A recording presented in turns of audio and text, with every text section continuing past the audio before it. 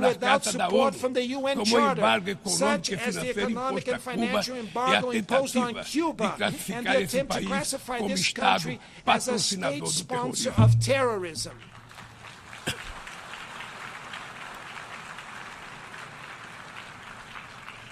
continuaremos We shall críticos continue to a toda criticize tentativa de any dividir o attempts to mundo divide em the zona world de influência into zones e of de influence reeditar and a Guerra reviving Fria. the Cold War. O Conselho de The UN Segurança da Security ONU Council vem has perdendo been progressivamente progressively a losing sua its credibilidade. credibility. Essa fragilidade This frailty decorre em is the particular specific da ação result de seus of membros actions from its permanentes que permanent travam members guerras não who wage autorizadas em busca de unauthorized wars expansão aimed at territorial territorial ou de mudança de expansion regime. or regime change. Esta Its paralisia paralysis é a prova is the mais most eloquente eloquent da proof of necessidade the e urgent urgência need de to reformá-lo, reform it, conferindo-lhe maior which will bring it greater representatividade e eficácia. representation and efficacy. Senhoras e Ladies and gentlemen, A desigualdade inequality precisa inspirar needs to indignação. inspire Indignação outrage. com a fome, Outrage over hunger, a pobreza, poverty, a guerra, war, o desrespeito ao ser disrespect for humano. human beings. Somente movidos pela Moved força da by the indignação, power of outrage, we poderemos may agir act com willingly vontade e and determinação unwavering para vencer a in fighting desigualdade inequality e and transformar effectively transforming efetivamente the o mundo world a around nosso redor. us. A ONU The UN precisa cumprir needs to seu fulfill papel de its role as a construtora de builder of a mundo mais world justo, with more solidário e solidarity, fraterno. fraternity, and Mas só o fará fairness. But se it seus will membros only do so tiverem a if its coragem de members have proclamar the sua courage to indignação proclaim their com a discontent desigualdade at e inequality trabalhar and work incansavelmente para tirelessly to superá-la. overcome it. Eu quero dizer And I will muito just to say obrigado thank a you todos very vocês. much to all of you.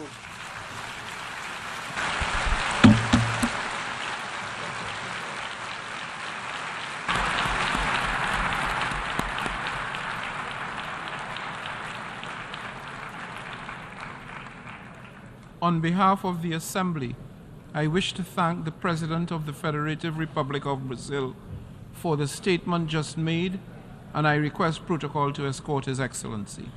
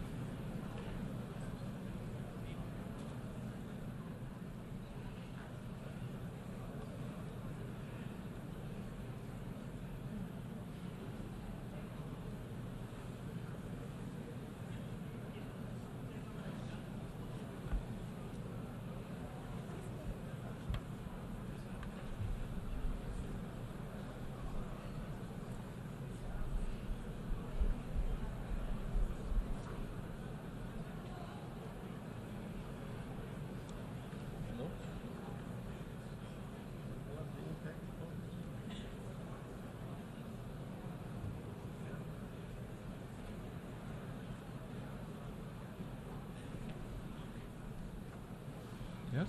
Yes.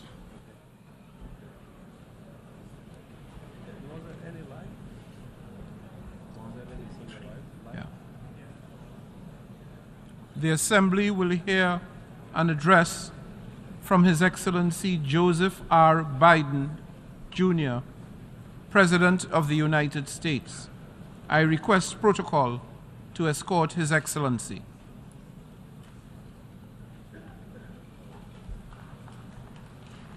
On behalf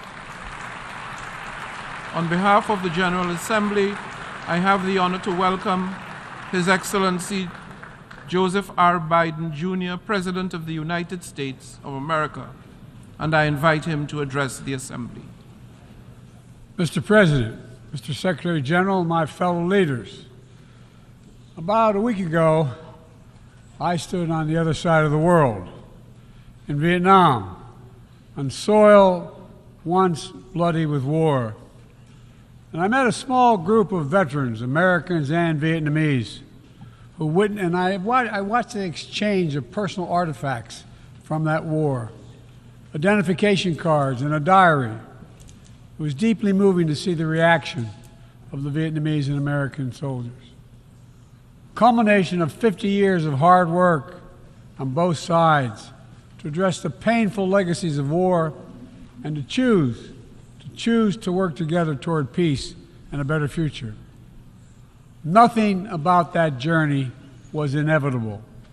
For decades, it would have been unthinkable for an American president to stand in Hanoi alongside a Vietnamese leader and announce a mutual commitment to the highest level of country's partnership. But it's a powerful reminder that our history need not dictate our future. With the concerted leadership and careful effort, adversaries can become partners. Overwhelming challenges can be resolved, and deep wounds can heal. So let us never forget that. When we choose to stand together and recognize the common hopes that bind all humanity, we hold our hands the power to bend that arc of history. My fellow leaders, we gather once more at an inflection point in world history, with the eyes of the world upon all of you, all of us. As President of the United States, I understand the duty my country has to lead in this critical moment, to work with countries in every region, linking them in common cause, to join together with partners who share a common vision of the future of the world, where our children do not go hungry and everyone has access to quality health care, where workers are empowered and our environment is protected, where entrepreneurs and innovators everywhere can access opportunity everywhere, where conflicts are resolved peacefully and countries can chart their own course. The United States seeks a more secure, more prosperous, more equitable world for all people, because we know our future is bound to yours. Let me repeat that again. We know our future is bound to yours. And no nation can meet the challenges of today alone. The generations that preceded us organized this body, the United Nations, and built international financial institutions and multilateral and regional bodies to help take on the challenges of their time. It wasn't always perfect. But working together, the world made some remarkable and undeniable progress that improved the lives of all people. We avoided the renewal of global conflict while lifting more than 1 billion people out of extreme poverty. We together expanded access to education for millions of children. We saved tens would have otherwise been lost to preventable and treatable diseases like measles, malaria, tuberculosis. HIV/AIDS infections and deaths plummeted, in no small part because of PEPFAR's work in more than 55 countries, saving more than 25 million lives. It's a profound testament to what we can achieve when we act together, when we take on tough challenges, and an admonition for all of us to urgently accelerate our progress so that no one's left behind, because too many people are being left behind. The institutions we built together at the end of the Second World War are an enduring bedrock of our progress. And the United States is committed to sustaining them. And this year, we're proud to rejoin UNESCO. We also recognize that to meet the new challenges of our decades-old institutions and approaches, they must be updated to keep peace with the world. We have to bring in more leadership and capability that exists everywhere especially from regions that had not always been fully included. We have to grapple with the challenges that are more connected and more complex. And we have to make sure we're delivering for people everywhere, not just somewhere, everywhere. Simply put, the 21st century results are badly needed. They're needed to move us along. That starts with the United Nations, starts right here in this room. In my address to this body last year, I announced the United States will support expanding the Security Council, increasing the number of permanent and non-permanent members. The United States has undertaken serious consultation with many member states and will continue to do our part to push more reform efforts forward, look for points of common ground, and make progress in the year ahead. We need to be able to break the gridlock that too often stymies progress and blocks consensus on the Council. We need more voices, more perspectives at the table. The United Nations must continue to preserve peace, prevent conflict, and alleviate human suffering. And we embrace nations stepping up to lead in new ways and to seek new breakthroughs on hard issues. For example, on Haiti, the Caribbean community is facilitating a dialogue among Haitian society. I thank President Ruto of Kenya, I thank him for his willingness to serve as the lead nation of a UN-backed security support mission. I call on the Security Council to authorize this mission now. The people of Haiti cannot wait much longer. The United States is working across the board to make global institutions more responsive, more effective, and more inclusive. For example, we've taken significant steps to reform and scale up the World Bank, expanding its financing to low and middle-income countries so it can help boost progress toward meeting the Sustainable Development Goals and better address interconnected challenges like climate change and fragility. Under the new president of the World Bank, change is already taking root. Last month, I asked the United States Congress for additional funds to expand World Bank financing by $25 billion. And at the G20, we rallied the major economies of the world to mobilize even more funding. Collectively, we can deliver a transformational boost to World Bank lending. And because the multilateral development banks are among the best tools we have for mobilizing transparent, high-quality investment in developing countries, reforming these institutions can be a game changer. Similarly, we proposed making sure developing countries have a strong voice and representation at the International Monetary Fund. We're going to continue our efforts to reform the World Trade Organization, preserve competition, openness, transparency, and the rule of law, while at the same time equipping it to better tackle modern-day imperatives like driving the clean energy transition, protecting workers, promoting inclusive and sustainable growth. And this month, we strengthened the G20 as a vital forum, welcoming the African Union as a permanent member. By upgrading and strengthening our institutions, that's only half of the picture. We must also forge new partnerships, confront new challenges. Emerging technologies such as artificial intelligence hold both enormous potential and enormous peril. We need to be sure they are used as tools of opportunity, not as weapons of oppression. Together with leaders around the world, the United States is working to strengthen rules and policies so AI technologies are safe before they're released to the public. To make sure we govern this technology, not the other way around, having it govern us. And I'm committed to working through this institution and other international bodies and directly with leaders around the world, including our competitors, to ensure we harness the power of artificial intelligence for good while protecting our citizens from its most profound risk. It's going to take all of us, I've been working on this for a while, as many of you have. It's going to take all of us to get this right. In every region of the world, the United States is mobilizing strong alliances, versatile partnerships, common purpose, collective action to bring new approaches to our shared challenges.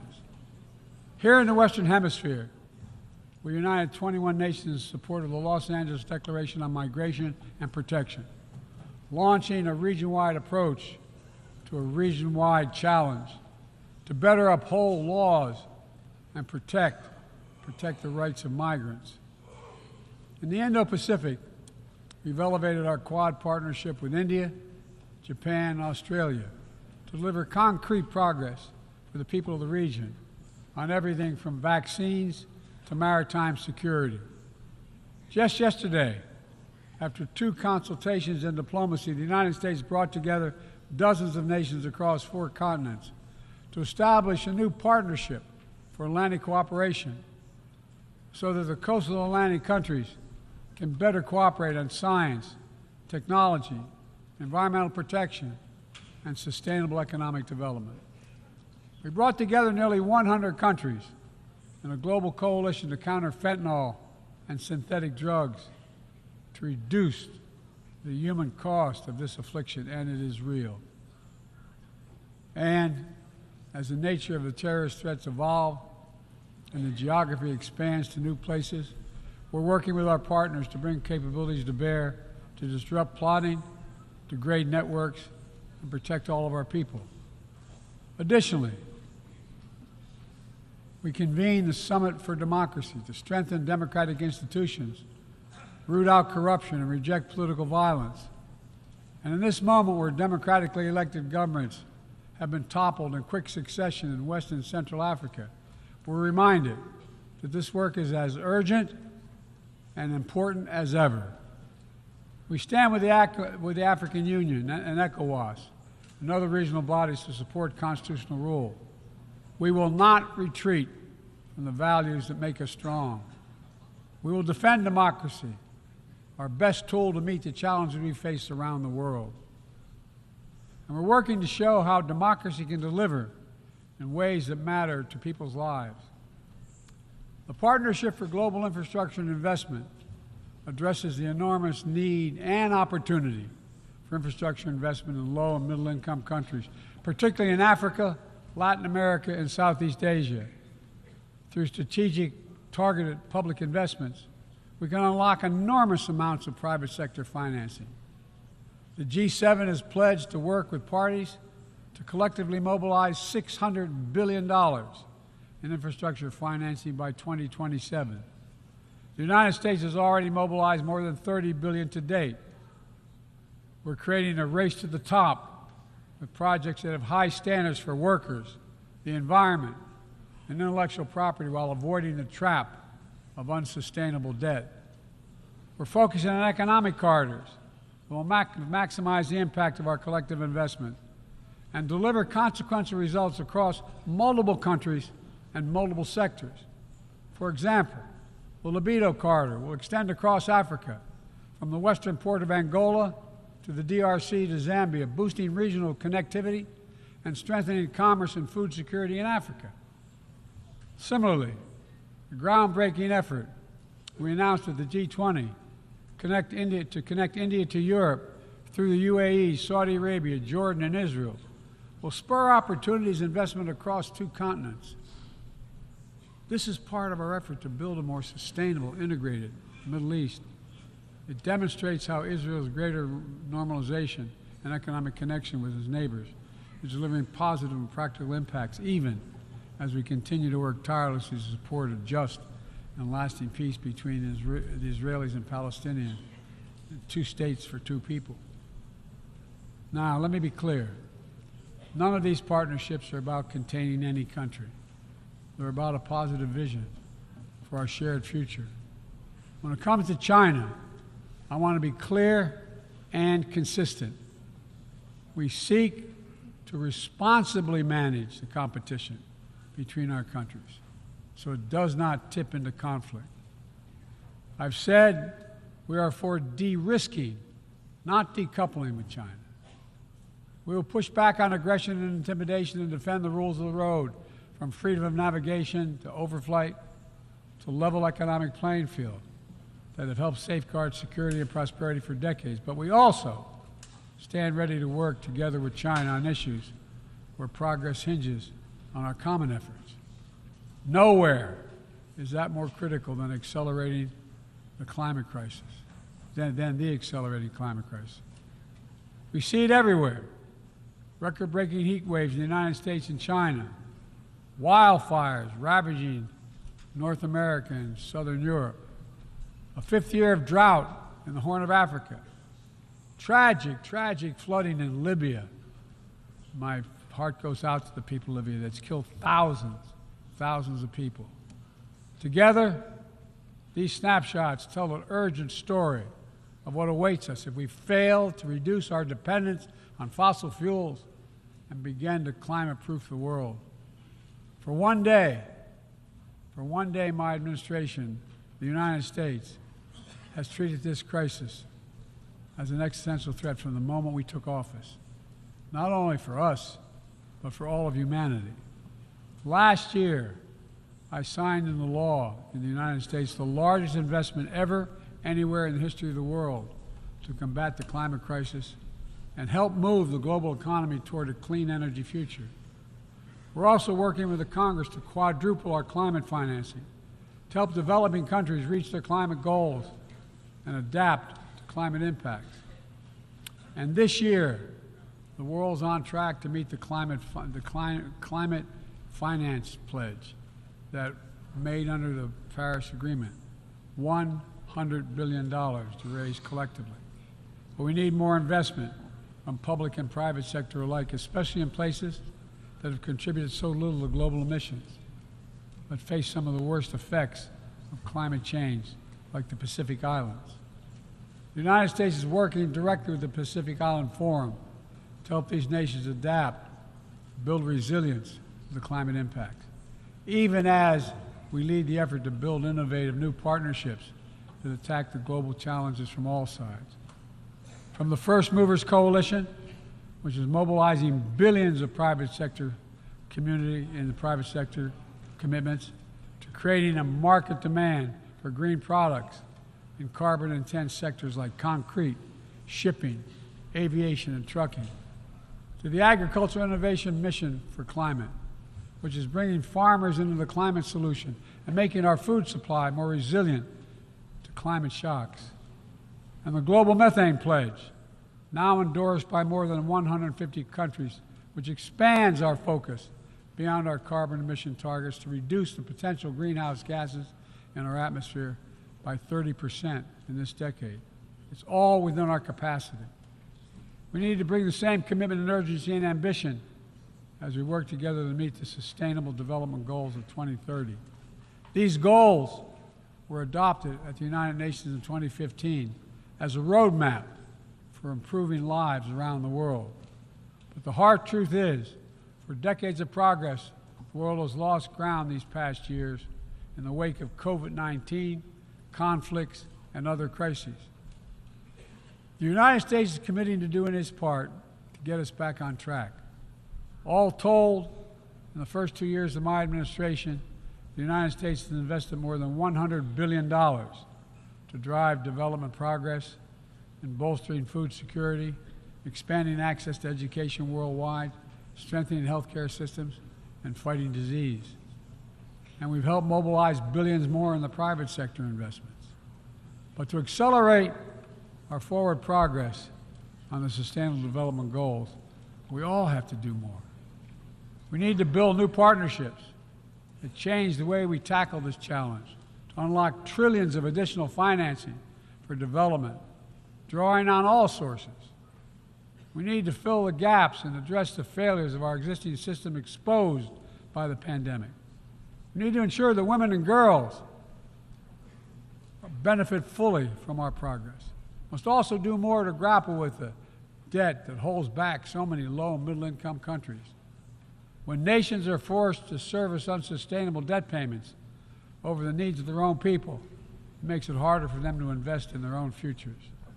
And as we work together to recover from global shocks The United States will also continue to be the largest single country donor of humanitarian assistance at this moment of unparalleled need in the world.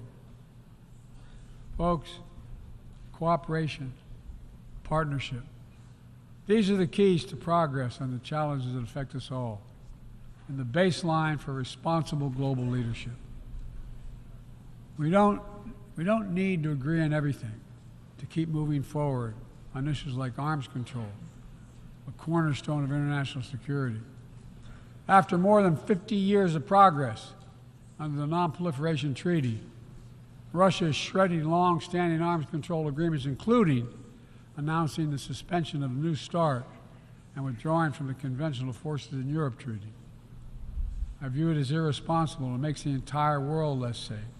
The United States is going to continue to pursue good faith efforts to reduce the threat of weapons of mass destruction and lead by example, no matter what else is happening in the world.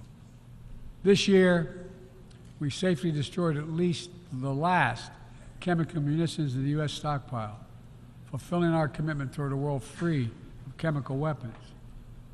And we condemn the DPRK's continued violation of UN Security Council resolutions, but we are committed to diplomacy that will bring about the denuclearization of the Korean Peninsula.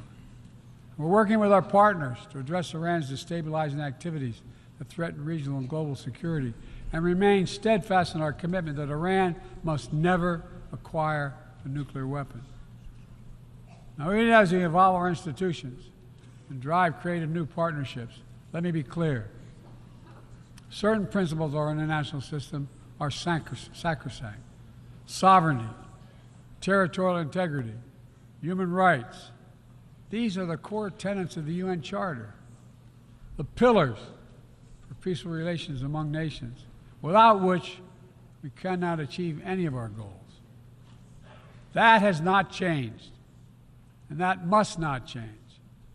Yet, for the second year in a row, this gathering, dedicated to peaceful resolution of conflicts, is darkened by the shadow of war. An illegal war of conquest brought without provocation by Russia against its neighbor Ukraine.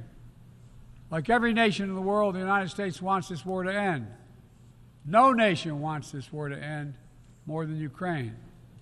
And we strongly support Ukraine in its efforts to bring about a diplomatic resolution that delivers just and lasting peace. But Russia alone bears responsibility for this war. Russia alone has the power to end this war immediately. And it's Russia alone that stands in the way of peace, because Russia's price for peace is Ukraine's capitulation, Ukraine's territory, and Ukraine's children.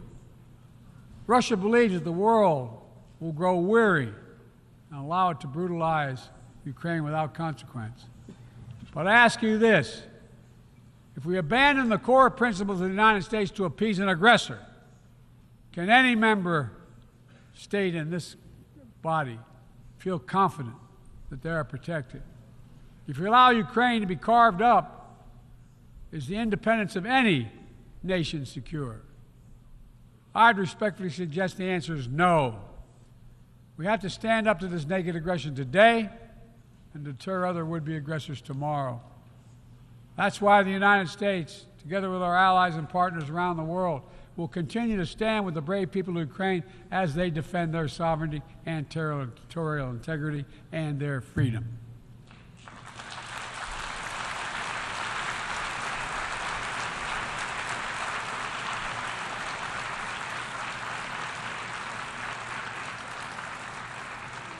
It's not only an investment in Ukraine's future, but in the future of every country that seeks a world governed by basic rules that apply equally to all nations and uphold the rights of every nation, no matter how big or small. Sovereignty, territorial integrity, they are the fixed foundations of this noble body. And universal human rights is its North Star. We cannot sacrifice either. 75 years ago, Universal Declaration of Human Rights captured a remarkable act of collective hope, I say that again, collective hope, drafted by a committee representing different regions, faiths, philosophies, and adopted by the entire General Assembly. The rights contained in the Declaration are elemental and enduring. And while we still struggle to uphold equal and inalienable rights of all, they remain ever steady and ever true. We cannot turn away from abuses, whether in Xinjiang, Tehran, Darfur, or anywhere else. We have to continue working to ensure that women and girls enjoy equal rights and equal participation in their societies, that indigenous groups, racial, ethnic, religious minorities, people with disabilities do not have their potential stifled by systemic discrimination, that the LGBTQI plus people are not prosecuted or targeted with violence because of who they are. These rights are part of our shared humanity. They're absent. When they're absent anywhere, their loss is felt everywhere. They are essential to the advancement of human progress that brings us together. My fellow leaders, let me close with this. At this inflection point in history, we're going to be judged by whether or not we live up to the promises we made to ourselves, to each other, to the most vulnerable, and to all those who will inherit the world we create, because that's what we're doing. Will we find within ourselves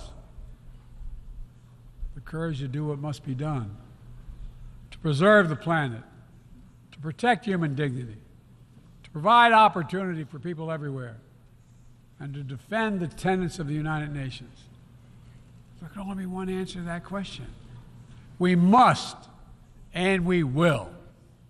The road ahead is long and difficult, but if we persevere, and prevail, if we keep the faith in ourselves and show what's possible, let's do this work together. Let's deliver progress for everyone. Let's bend the arc of history for the good of the world, because it's in our power to do it. Thank you for listening. You're kind.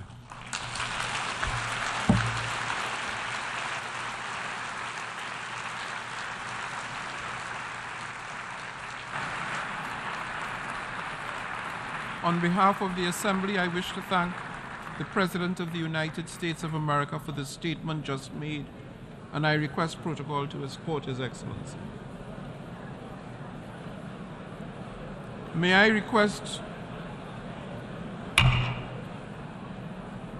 request representatives to remain seated while we suspend the meeting for 5 minutes before resuming to hear the next speaker.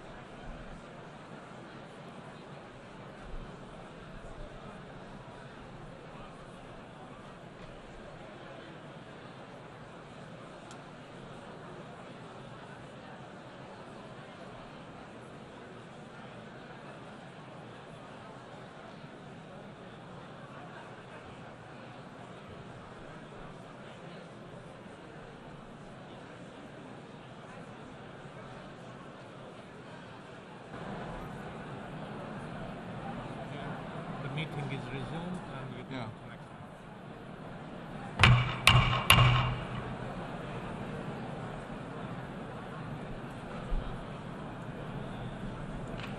Excellencies, ladies and gentlemen, the meeting is resumed.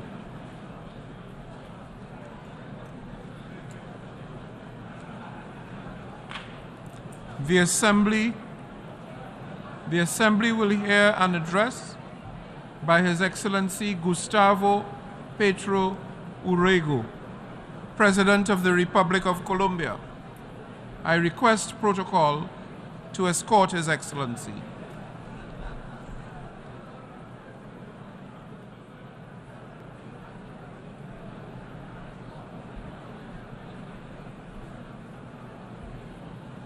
On behalf of the General Assembly, I have the honor to welcome His Excellency Gustavo Petro Urrego, President of the Republic of Colombia, and invite him to address the Assembly.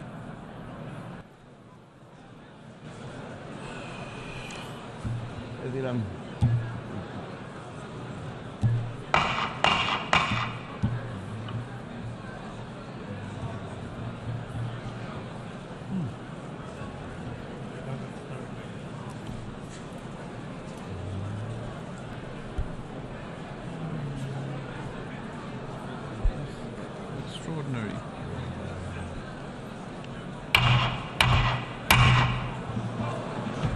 Sorry, sir. I have to repair the gavel.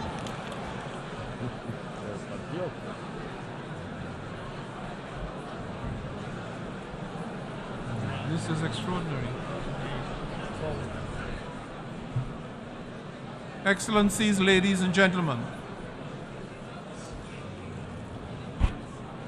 can I ask that the Assembly come to order to receive the statement of His Excellency Gustavo Petro Urrego, President of the Republic of Colombia.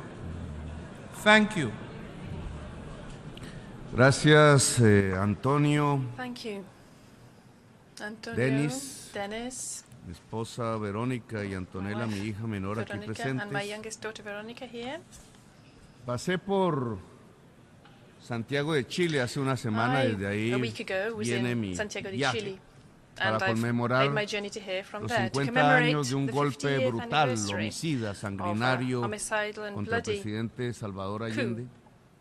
Against President Salvador Allende. Luego llegué a mi país, un barrio popular de Medellín, donde antes la mafia seducía a jóvenes para entregarles la posibilidad de aprender programación de computadores. Luego llegué a La Habana, país injustamente bloqueado, al que un presidente de mi país sugirió y lo logró que se le incluyera en la lista de países terroristas solo porque había ayudado a hacer la paz en Colombia. Y ahora vengo aquí, compañeras y compañeros, a leer este discurso. En este año que ha pasado desde el último discurso que di en Naciones Unidas, no hemos visto sino profundizar lo que los ricos reunidos en Davos llamaron la policrisis.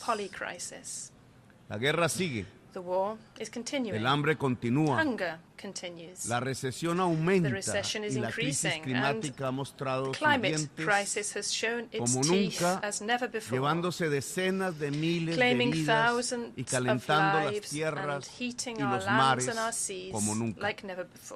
Ha sido un año en que la humanidad ha perdido y ha avanzado sin titubeos los tiempos de la extinción.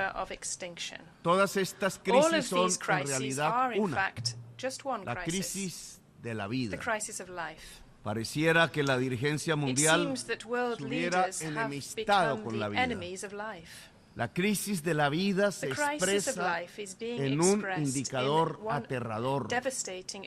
Ha iniciado desde lejos, desde los rincones más alejados del planeta, desde los últimos lugares, una marcha silenciosa de gentes, de culturas diferentes que se mezclan en los caminos. on their way. Como en una pintura de Like an infinitos infinitely matices, nuanced painting. los colores se van mezclando en una marcha incontenible. Una multitud de todos los colores avanza por trochas, por mares, por selvas. Va configurando una especie de obra de arte en el lienzo de la tierra. Un fluido de tonos, sonidos, de vestimentas diferentes y culturas se amalgaman sin perder sus inicios en una gran marcha del sur al norte. Es el éxodo de la humanidad que ha comenzado. Hoy son decenas de millones. Mañana, según la ciencia, en el año 2070 habrán alcanzado 3.000 millones, huyendo de sus lugares queridos porque serán inhabitables.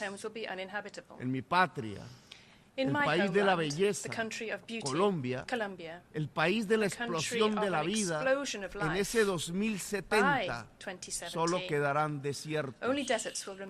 Los pueblos irán al norte, ya no atraídos por las lentejuelas de la riqueza, sino por algo más simple y vital, el agua.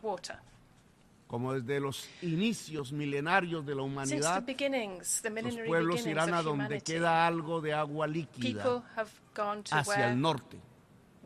Miles de millones que desafiarán ejércitos y cambiarán la tierra.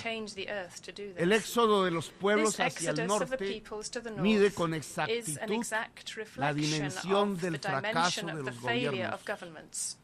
Este año que ha pasado ha sido un tiempo de derrota de los gobiernos, de derrota de la humanidad. Ha crecido el éxodo en la frontera. Han puesto perros, galgos a correr tras inmigrantes. Han puesto gente de a caballo a perseguir con látigos en la mano, con cepos y cadenas. Han construido cárceles.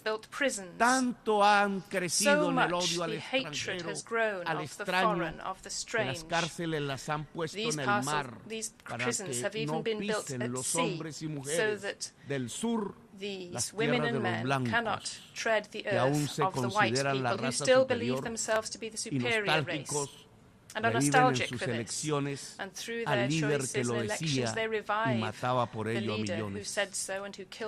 El éxodo ha crecido en este año, mostrando cómo avanza la crisis de la vida.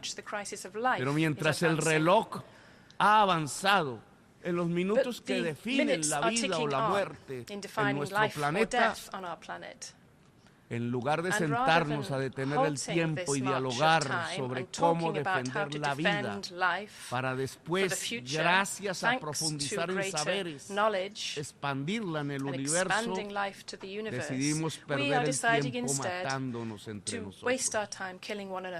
No estamos pensando en cómo expandir la vida en las estrellas, sino cómo acabarla en nuestro propio planeta.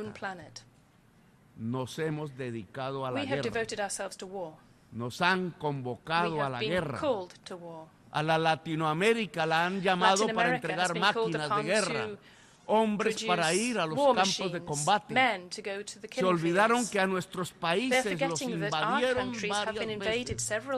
Los mismos que hoy hablan de luchar contra invasiones. Se olvidaron que por petróleo invadieron a Irak, a Siria, a Libia. Se olvidaron que las mismas razones que se expresan para defender a Zelenskyy son las mismas razones con las que se debería defender a Palestina. Se olvidaron que para cumplir los objetivos de desarrollo sostenible había que cesar todas las guerras, pero ayudaron a aprender una, porque al poder mundial le convenía en su juego de tronos, en los juegos del hambre, y se olvidaron de acabar la otra, porque el poder no le convenía acabarla. ¿Cuál diferencia entre Ucrania y Palestina? Pregunto. ¿No es hora de acabar ambas guerras y otras y aprovechar el corto tiempo para construir los caminos para salvar la vida en el planeta? Como presidente de Colombia, el país de la belleza, que un grupo dentro de la humanidad de millones de obreros, de mujeres del barrio popular, de indígenas y negros, de gentes del campo y del martillo, de juventudes de todos los colores decidió elegir en mayoría y hacerme hablar aquí ante ustedes. Les propongo acabar la guerra para tener el tiempo de salvarnos. Les propongo que Naciones Unidas auspicie cuanto antes dos conferencias de paz, la una sobre Ucrania, la otra sobre Palestina. No porque no haya otras guerras en el mundo como en mi país, sino porque enseñarían a hacer la paz en todas las regiones del planeta, porque ambas y solo ambas acabarían la hipocresía como práctica política, porque podríamos ser sinceros, virtud sin la cual no seremos los guerreros de la vida. La generación que hoy debe decidir y actuar cuanto antes para superar el enorme huracán que se ha desatado contra lo viviente desde las oscuras pero poderosas cloacas de la codicia, del huracán del capital que solo mira la ganancia y que se ha engullido el planeta y la base misma de la existencia. Les propongo acabar la guerra para defender la vida de la crisis climática, la madre de todas las crisis. Esta cumbre se ha construido para evaluar las metas de los objetivos del desarrollo sostenido establecidos por los gobiernos para el 2023, para el 2030, perdón. Pues es fácil hacer una evaluación.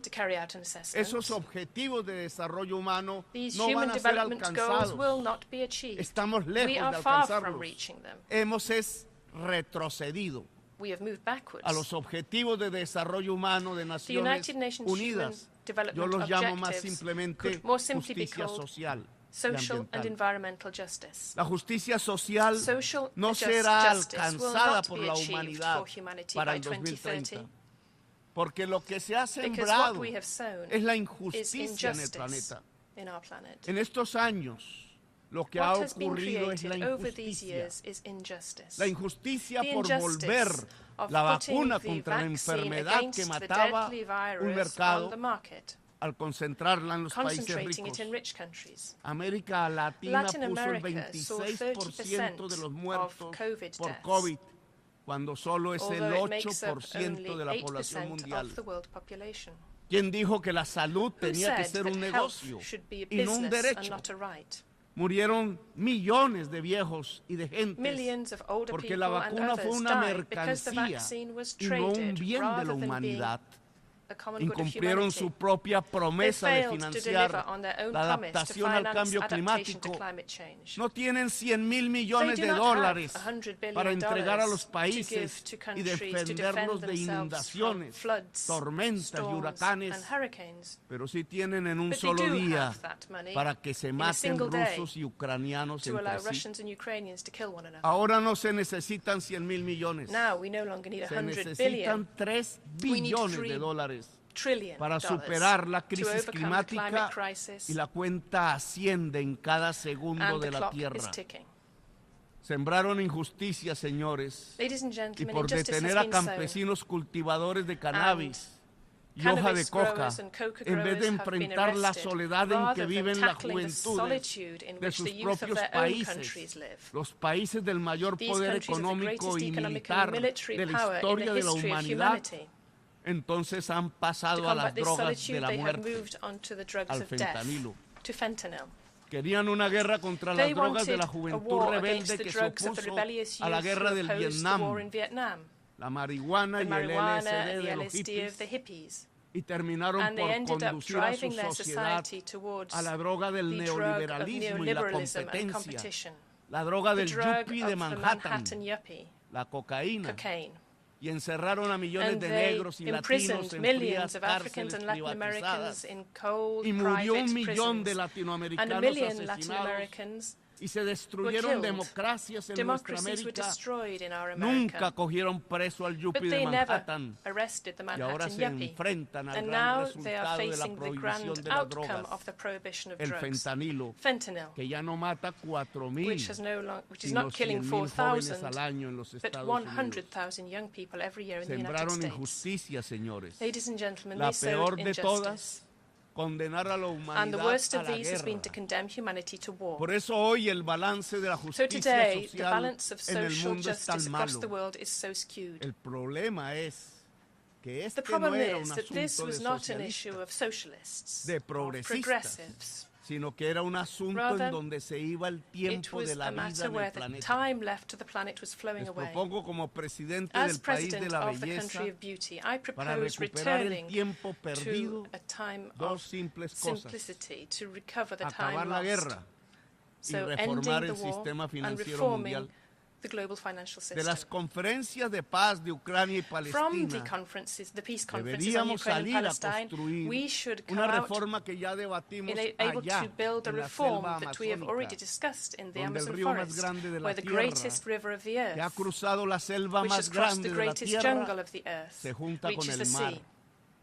Y la discutimos en Brasilia. Y fuimos hasta Kenia a juntarnos con los hermanos pueblos del África Negra, de donde venimos en tiempos de otra de las grandes injusticias del poder, la esclavitud. Y nos fuimos a París para ver si aún multitudes gritan por la libertad, la igualdad y la fraternidad. Y fuimos a Washington a hablar con el presidente y mirar si volvemos a encontrarnos los pueblos del norte con los del sur de las Américas, recordando que antaño, hace más de 2 siglos, nos encontramos en la historia para hablar de libertad, de igualdad, de democracia y de república. Y hablamos en todos los tonos sobre ir a la raíz del problema de la crisis climática y a su solución. Si el capitalismo fósil no tiene financiación, morirá. Duros serán sus estertores, pero es necesario para que exista una humanidad, una naturaleza y una vida. Habrá que financiar el capitalismo descarbonizado. Desde ya sabemos que el capital verde se moverá solo donde haya ganancia. Esa es su ley. Y es estrecho su marco para abarcar la descarbonización de todo el mundo. Se equivocan quienes desde los gobiernos y el poder aún creen que la crisis climática, la de la vida, se superará con algunos créditos a bon marché. Ilusos proponen que los países de la Tierra que ya están sobreendeudados por la enfermedad y la codicia puedan adquirir más créditos para superar un problema que solo las chimeneas del norte produjeron. No se puede superar la crisis de la vida, la megacrisis, con más endeudamiento, la financiación de la vida, el fluido de medicamentos que debe ser introducido en las venas de las economías y sociedades del mundo para acometer el reto de dejar el carbón y el petróleo debajo de la tierra, en sus lugares que son las verdaderas venas de la tierra, como Roberto Covaría, el indígena Uwa colombiano, lo decía al mundo hace 30 años. Sacar el petróleo, decía, era sacar la sangre de la tierra y por ello la vida moriría. La mayoría de la inversión para descarbonizar la economía del mundo provendrá de los fondos públicos, del esfuerzo de las sociedades, de juntar los estados para juntar la humanidad, que ahora llaman multilateralismo, de gobernar la tierra con la mirada de la democracia y no con la mirada del imperio. Los imperios no sirven para salvar la vida, sino para desatar las guerras. La megacrisis de la vida se resuelve con una democracia que alcance el nivel global, una democracia más profunda que no debe temer articular los estados y las sociedades y planificar el gran plan Marshall de la revitalización del planeta.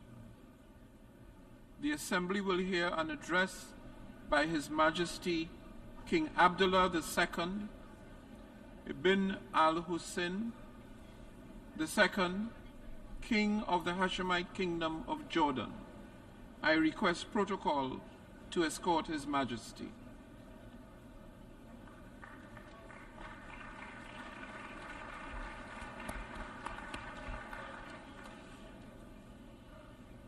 On behalf of the General Assembly, I have the honor to welcome His Majesty King Abdullah II Ibn al-Hussein, King of the Hashemite Kingdom of Jordan, and to invite him to address the Assembly.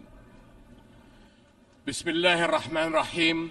Mr. President, Secretary General, Excellencies, when human catastrophes seem beyond description, we turn to the appalling statistics. This year around the world, more than 345 million people face food insecurity, daily hunger, or starvation. Among the most vulnerable are 108 million refugees, people who have been forcibly displaced from their homes and ways of life. And 40% of these refugees are children, the most defenseless of all. Yet these numbers cannot really convey the tragedy or the failure. Refugees are our brothers, our sisters. They look to our countries to help end the crises that have driven them from home.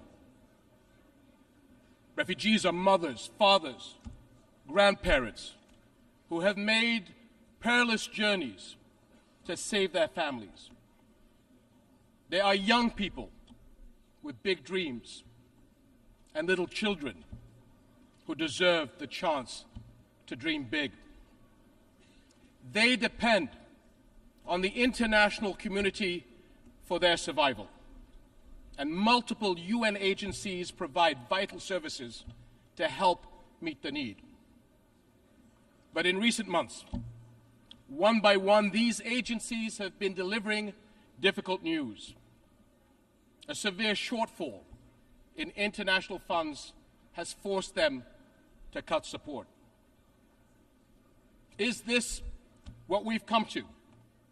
Is the international community going to watch as refugee families find themselves forced to send their children to work instead of school?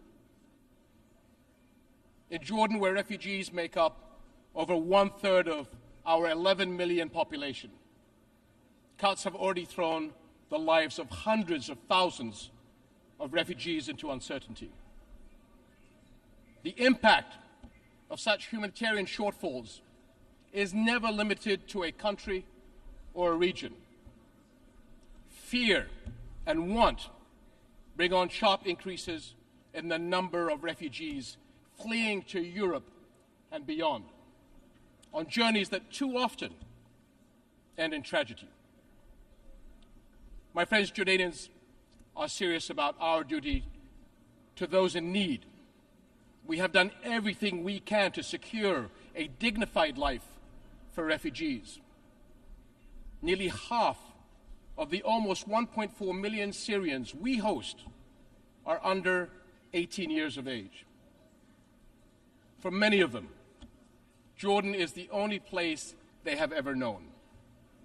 Over 230,000 Syrian children have been born in Jordan since 2011. We are sharing precious resources to help them meet basic needs: food, energy, and especially water. We are among the water-poorest countries in the world, even as our water supplies face extraordinary demand. And we face these pressures just when another crisis has hit our region: climate change, with its destructive heat waves, drought, and flooding. And to meet the refugee burden, we have been carefully managing to combine our limited resources with essential support from the international community. Because the responsibility to act falls on everybody's shoulders. Because the world cannot afford to walk away and leave a lost generation behind. But today, Jordan's capacity to deliver necessary services to refugees has surpassed our limits. Syrian refugees' future is in their country, not in host countries. But until they are able to return, we must all do right by them. And the fact is, refugees are far from returning. On the contrary, more Syrians are likely to leave their country as the crisis persists. And Jordan will not have the ability nor the resources to host and care for more. We must find a political solution consistent with UN Security Council Resolution 2254, the step-for-step approach that offers a path forward, proposed by Jordan as the basis for engagement with the Syrian government and coordinated with the UN. This approach sets a roadmap to incrementally resolve the crisis and deal with all its consequences. Until then, we will protect our country against any future threats the crisis could pose to our national security. My friends, Jordan's case is a microcosm of our entire region. For all our people's immense potential, repeated crises have held back the promise of greater development and prosperity. Our region is a focal point where some of the most urgent global challenges are converging. How will our world respond? Will we come together in global solidarity to get to the root of the problem, the conflicts and the crises that destroy life and hope? Will we work as one to rebuild the lost trust in international action and help those in want? My friends, our region will continue to suffer until the world helps lift the shadow of the Palestinian-Israeli conflict, the central issue in the Middle East. No architecture for regional security and development can stand over the burning ashes of this conflict. But 7.5 decades on, it still smolders. Where are we going? Without clarity on where Palestinians' future lies, it will be impossible to converge on a political solution to this conflict.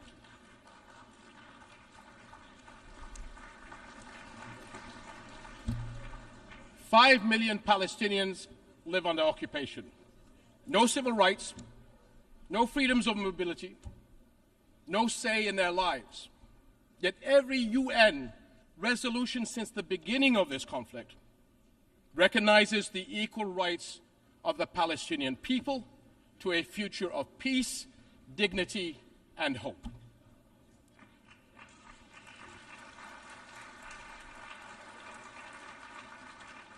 This is the heart of the two-state solution, the only path to a comprehensive, lasting peace.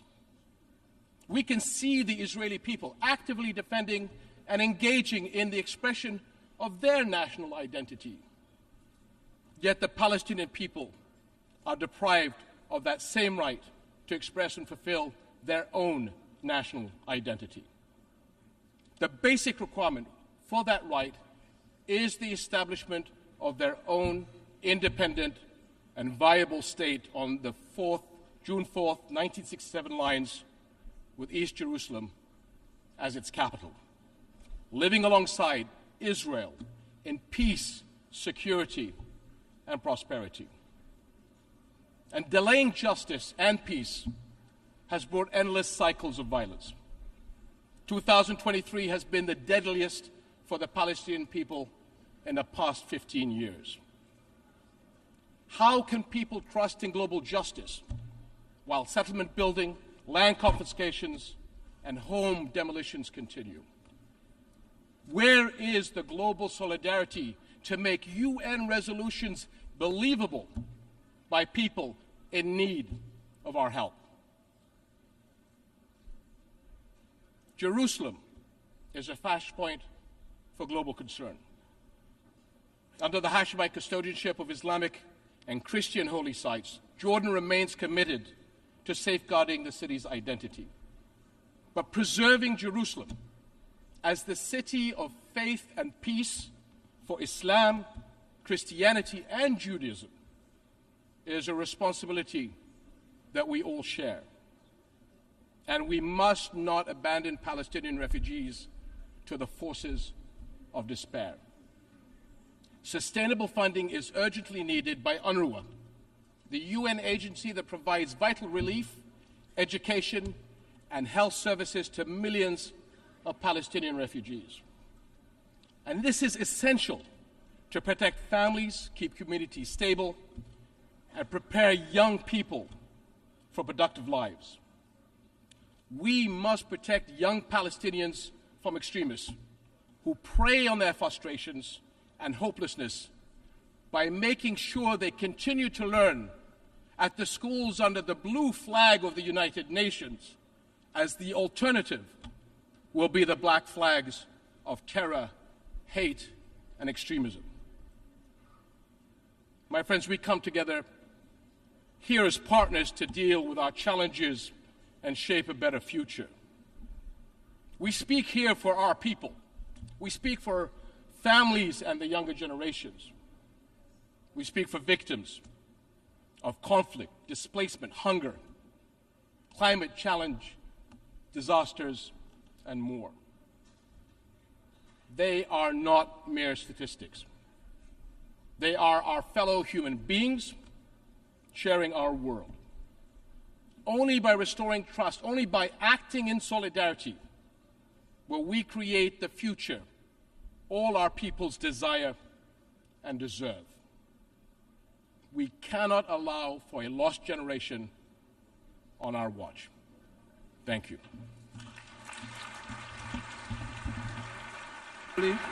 I wish to thank the King of the Hashemite Kingdom of Jordan for the statement just made, and I request protocol to escort His Majesty.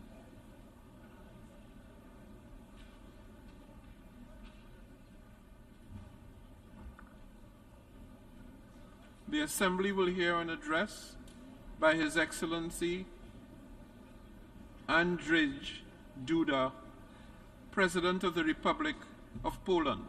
I request protocol to escort His Excellency.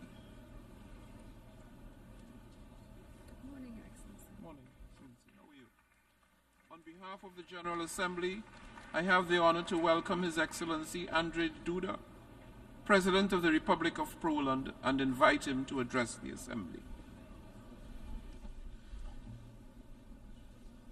Distinguished Mr. President, Mr. Secretary General, Excellencies, honorable delegates, I wish to congratulate His Excellency Mr. Denis Francis on his election to the honorable function of the President of the 78th United Nations General Assembly.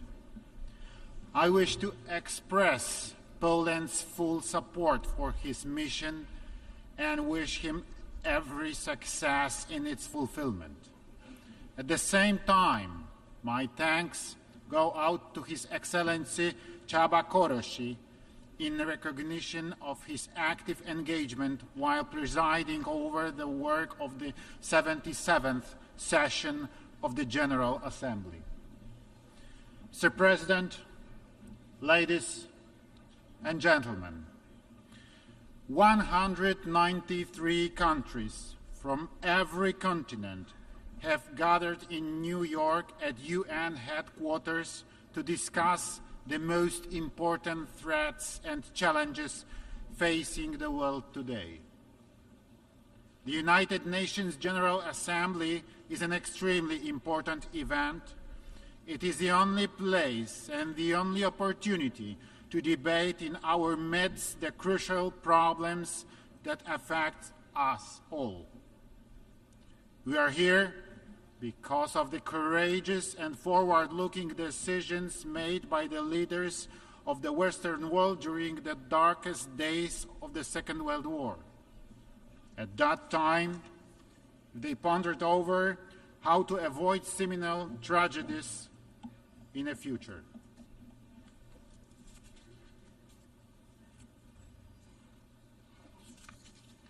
The leaders of the United States and Great Britain, President Roosevelt and Prime Minister Churchill, and soon the other countries of the anti-Hitler coalition, including Poland, signed the Atlantic Charter.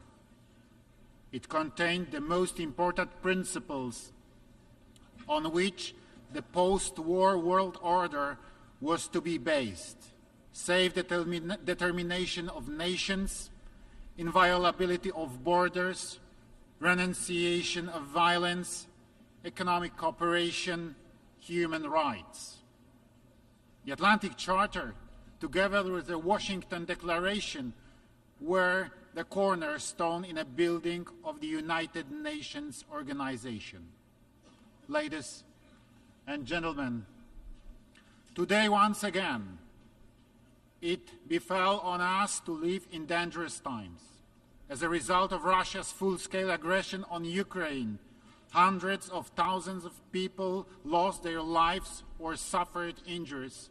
Millions were forced to flee their own home country, and hundreds of millions worldwide are facing the specter of famine and serious economic disruptions. Russia's brutal aggression brought immense global problems in its aftermath. It put to a test international world order. Costs of those barbarian actions, humanitarian, material, and environmental, are incalculable and still growing. For long, world peace has never been as threatened as it is today. We, Poles, know fully well that peace is not to be taken for granted. September in the history of my home country is a special month. On 1st September 1939, Nazi Germany invaded my homeland, Poland. The Second World War broke out. On 17th September 1939, we received a blow from another direction. The Soviet Union also made an onslaught on Poland. In the wake of the alliance between Hitler and Stalin, Nazi Germany and Soviet Russia, Poland lost its independence, was wiped out from the map of the world, and subjected to extremely brutal occupation. This is precisely why we understand the tragedy of Ukraine better than any other country in the world, and the tragedy of other countries experiencing the pandemonium of war. In the Second World War, 6 million of our citizens perished, including 3 million Polish Jews, and Warsaw, the capital of Poland, was razed to the ground. And yet our history stands as a testament that even crimes and persecution are not able to suppress the true spirit of freedom, that freedom will finally prevail. Enslavement, imperialism, and neocolonialism are a denial of freedom as much as insane dreams of dominating the others. When unleashing the war in Ukraine, Vladimir Putin wanted to restore the Russian Empire, to divide the world, and to make Europe systematically dependent on his raw materials. He has not succeeded. It is my firm belief that he will no longer succeed. Ladies and gentlemen, today the world needs courageous and visionary leaders. The late President of Poland, Lech Kaczyński, with whom I had the honor to cooperate, was such a leader. The leader who a dozen of years ago was trying to shake the conscience, to appeal to politicians, to warn of imperial policy of Vladimir Putin's Russia. Let me recall at this point his seminal words said in Tbilisi at the height of Russian aggression on Georgia in 2008. For the first time in a long time, Russians have shown the face we have known for hundreds of years. They believe that the nations around them should be subjected to them. We say no. Russia believes that the old days of the empire that collapsed less than 20 years ago are coming back. That domination will again be feature of our region. Well, it will not. Those days are over, once and for all. Yes, today, in this very place, at the United Nations headquarters, I wish to reiterate, those days can never return. The logic of conquest, changing borders by force, disregarding the law, and denying the Ukrainian people their right to exist must be stopped. This brutal war must end and not be converted into a frozen war. This can only be done by restoring the full territorial integrity of Ukraine within its internationally recognized borders. Ladies and gentlemen, Poland's position in the face of any war is clear and straightforward. We demand absolute respect for internationally recognized national borders. The inviolability of these borders is a fundamental element of the world order. Today, the victim is Ukraine. Tomorrow, it could be any one of us if we do not follow these ironclad rules, if we do not insistently enforce compliance with international law. Forgotten and unpunished war crimes, crimes against humanity, build a sense of impunity among the perpetrators. Such crimes give permission to their successors and imitators who, following suit, commit similar crimes when they want to dominate and determine the fate of other states and nations. The crimes in a war in Ukraine are the living proof thereof.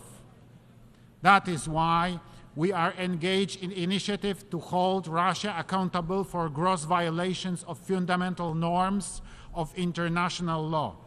We strongly support the work of the International Criminal Court and the International Court of Justice.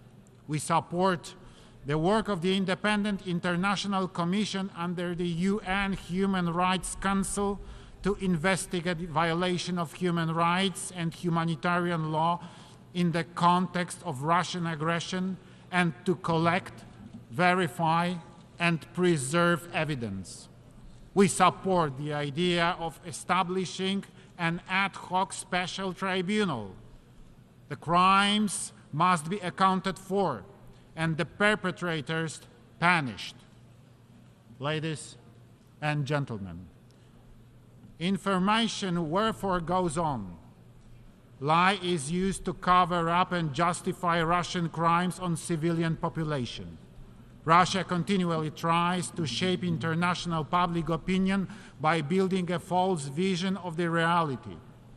In Poland, this comes as no surprise to us, but the world is just about to discover the scale of manipulation and disinformation. This spearhead is often directed also at my country, Poland, labeled in many various ways. This is because we have consistently been opposing Russia's imperial and neo-colonial policy and have supported Ukraine in its defense from the outset. We, as international community, must draw conclusions from the situation. We must confront manipulation and disinformation. We must fight against the hypocrisy of history, the reversal of the roles of the henchman and a victim. What is evil should be called evil. A crime should be called a crime. Ladies and gentlemen, these days, many states are blamed for prolonging the war as they supply necessary weapons to Ukraine in its defense war. This is a completely false logic, as if putting the blame on a neighbor who comes to aid to the people next door defending their own home against mugger. If someone attacks your household, you have the right to defend it, and the neighbors should not to stay indifferent. Ukraine would not be able to resist the aggression and effectively stand for its independence if it were not for the assistance of other countries, and primarily on the biggest scale, the United States of America. It is the United States that has been playing a pivotal role in assuring security in Europe for more than a century. I'm saying so as a president of the European country which was plagued by war experience on so many occasions. It must be remembered that the engagement of the United States in the First World War led it to an end, as much as to the restoration of independence by Poland and by other countries of the Central and Eastern Europe. The United States played a pivotal role in defeating Nazi Germany. Without the US support, neither the United Kingdom nor the Soviet Union would have been able to resist Hitler. Finally, the United States was instrumental in the reconstruction of Western Europe in the aftermath of war and in fending off the threat posed by the Soviet Union throughout the Cold War. It is too often that Europe tends to forget that it owes its security and prosperity to the US commitment and presence. In Poland, we recall this very well. That is why Poland's top priority for the time of our presidency of the European Union in the first half of 2025 will be enhancing transatlantic relations and cooperation between the EU and the United States of America. Ladies and gentlemen, Poland has never had colonies, the fact of which we are proud. We emphasize it on all occasions. Instead, my home country was many times brutally attacked, destroyed, and used by the neighbors with their imperial ambitions. For 123 years, Poland disappeared from the maps of the world. That is why we understand very well the countries that suffered colonialism and the challenges they need to confront. Wherever the international community is in need, Poland is always ready to respond to the call and without any hesitation. We provide assistance in many corners of the world. Despite the war in the immediate neighborhood, we will continue our support to the Eastern Partnership countries. We continue to focus on countries of the sub-Saharan region. We are present in the Middle East. Given the refugee crisis caused by the war in Syria, Poland's assistance to Iraq, Lebanon, Palestine, and Jordan will be maintained. Poland will also continue its humanitarian support. Many places around the world are facing worsening food crisis. The situation is most difficult in Africa, where 1 in 5 people is suffering from hunger. Also, the population suffering hunger is increasing in West Asia and the Caribbean. Today, an estimated 2.4 billion people lack sustainable regular access to food, of which some 900 million face severe food insecurity.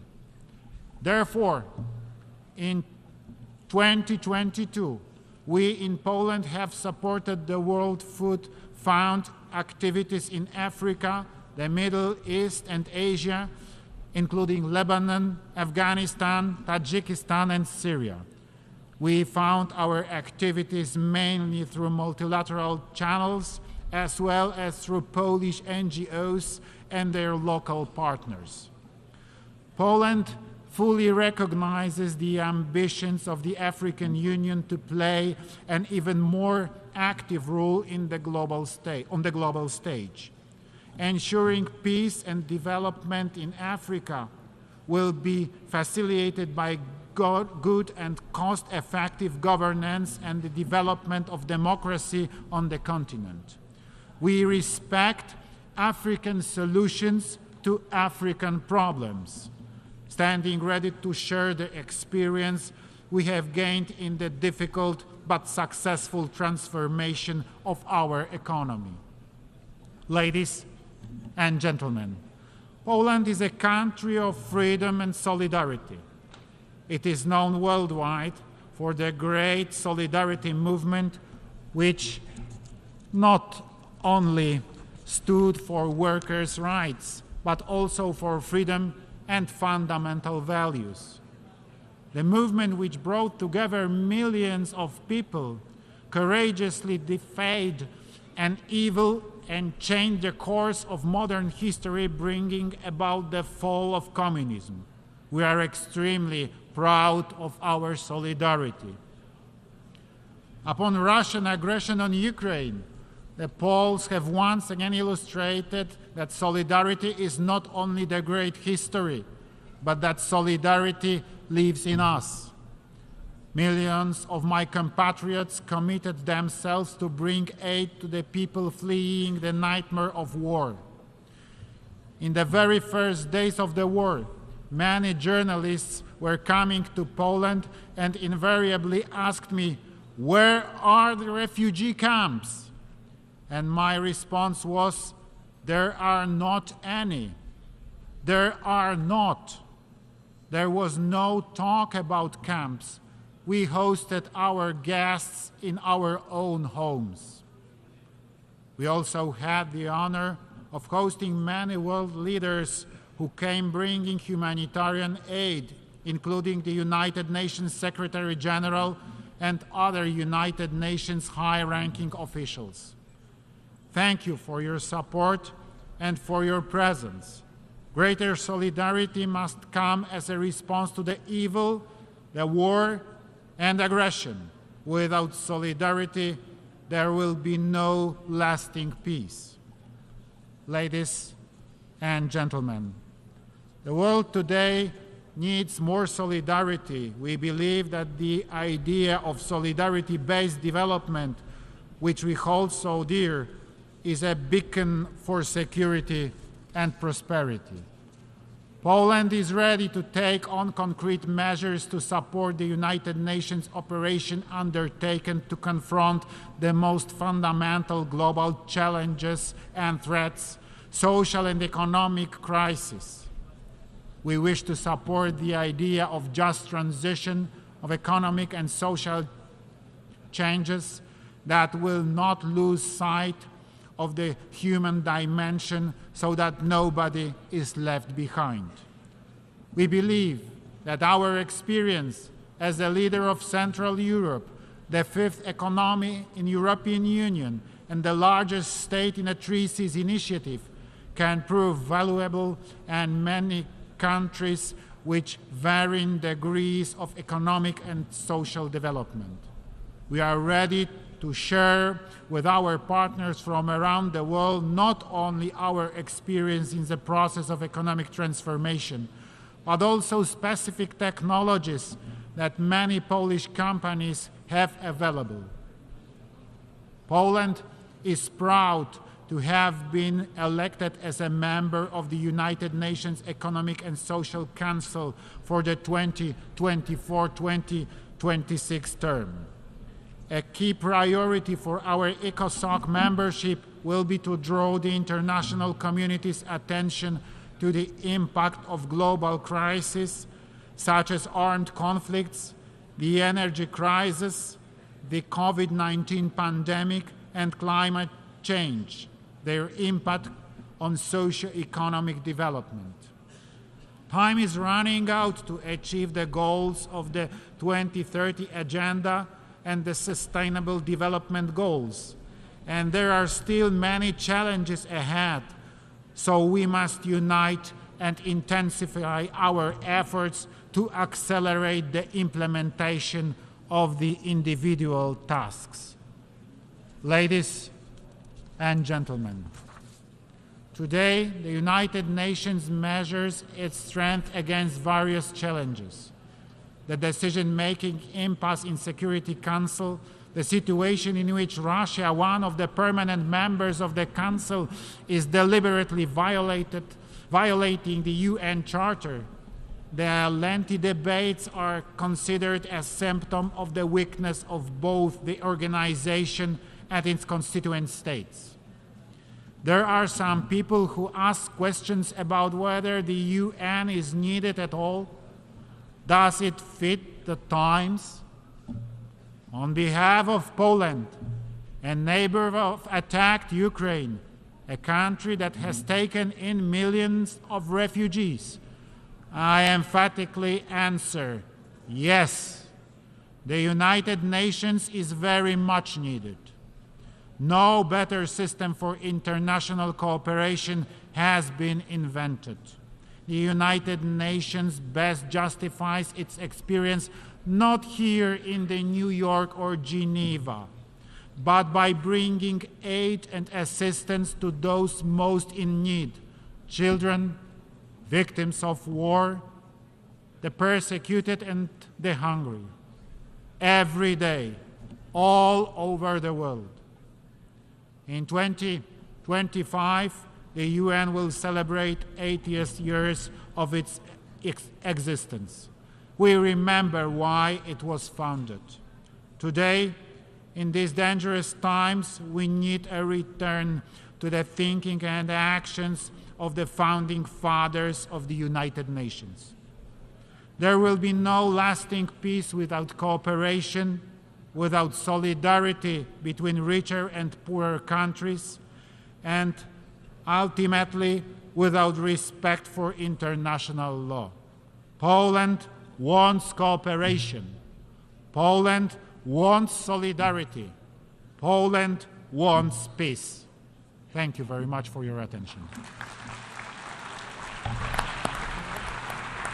On behalf of the Assembly, I wish to thank the President of the Republic of Poland for the statement just made, and I request protocol to escort His Excellency. The Assembly will hear an address by His Excellency Miguel Diaz-Canel Bermudez, President of the Republic of Cuba. I request protocol to escort His Excellency.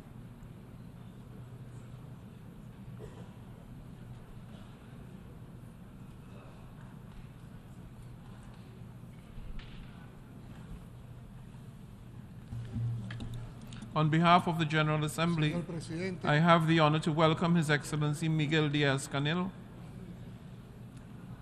Traigo a esta asamblea la voz del sur, I am la de los bringing to this explotados assembly y the voice vilipendiados, of the South, como se lo oyó the decir a exploited Che and Guevara humiliated, en as esta was said misma by sala Che Guevara in this hace same casi 60 room almost años. 60 years ago.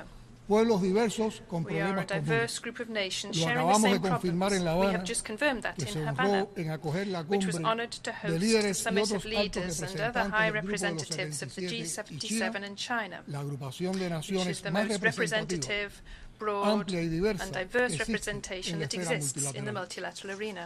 Durante 2 días During prácticamente sin those two descanso, virtually más de 100 tireless days, representantes de more las than 100 134 representatives naciones from que integran el 134 grupo nations making up the group levantaron sus voces raised their para demandar voices cambios que ya no to pueden call for posponerse changes that can más no longer be en el postponed injusto, in the midst irracional of y this abusivo orden unjust, económico irrational internacional and abusive que ha international profundizado economic order año that tras year año after year las has enormes deepened the desigualdades enormous entre una minoría de inequalities between a naciones muy minority desarrolladas of y una well-developed mayoría nations que no logra and a superar majority el that has eufemismo not managed de to naciones get rid of the en euphemism desarrollo. of developing Peor aún, nations.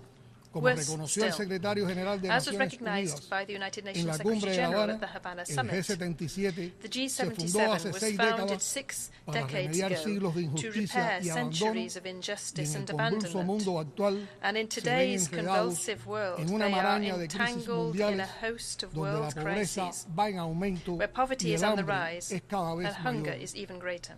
We are united by the need to change, which has not been resolved, and by the condition of being the main victims of the current global multidimensional crisis, abusive unequal exchange, scientific and technological gaps, and the degradation of the environment.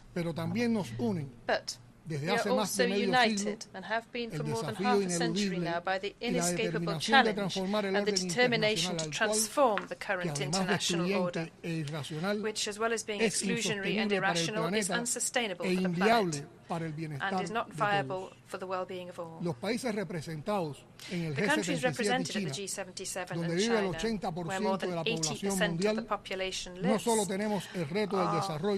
do not only have the challenge of development, they also have the responsibility of modifying those structures which marginalize us from social progress and turn many peoples in the South into laboratories for renewed forms of domination. A new and more just global contract is imperative. President, only 7 years ahead of the deadline established to implement the promising 2030 agenda, the panorama is bleak. This august institution has already recognized it. At the current pace, none of the 17 SDGs will be achieved, and over half of the 169 agreed targets will not be met. In the midst of the 21st century, the fact that almost 800 million people suffer from hunger in a planet that produces enough to feed all is outrageous. Equally outrageous is the fact that in the era of knowledge and accelerated development of ICTs, more than 760 million people, 2/3 of them women, do not know how to read or write. The efforts of developing countries are not enough to implement the 2030 agenda. They must be supported by concrete actions to provide access to markets, financing under fair and preferential conditions, technology transfer, and North-South cooperation. We're not begging for alms or asking for favors. The G77 calls for rights and will continue to demand a profound transformation of the current international financial architecture because it is deeply unjust, anachronistic and dysfunctional. Because it was designed to profit with the reserves of the South, to perpetuate a system of domination that increases underdevelopment and replicates a pattern of modern colonialism. We need and demand financial institutions in which our countries have true decision-making capacity and access to financing.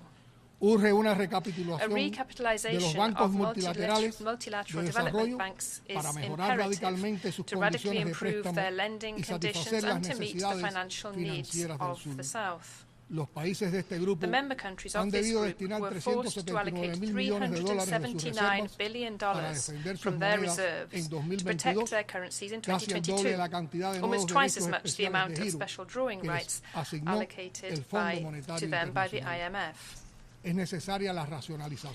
A rationalization, review and change of role of credit qualifying agencies is needed.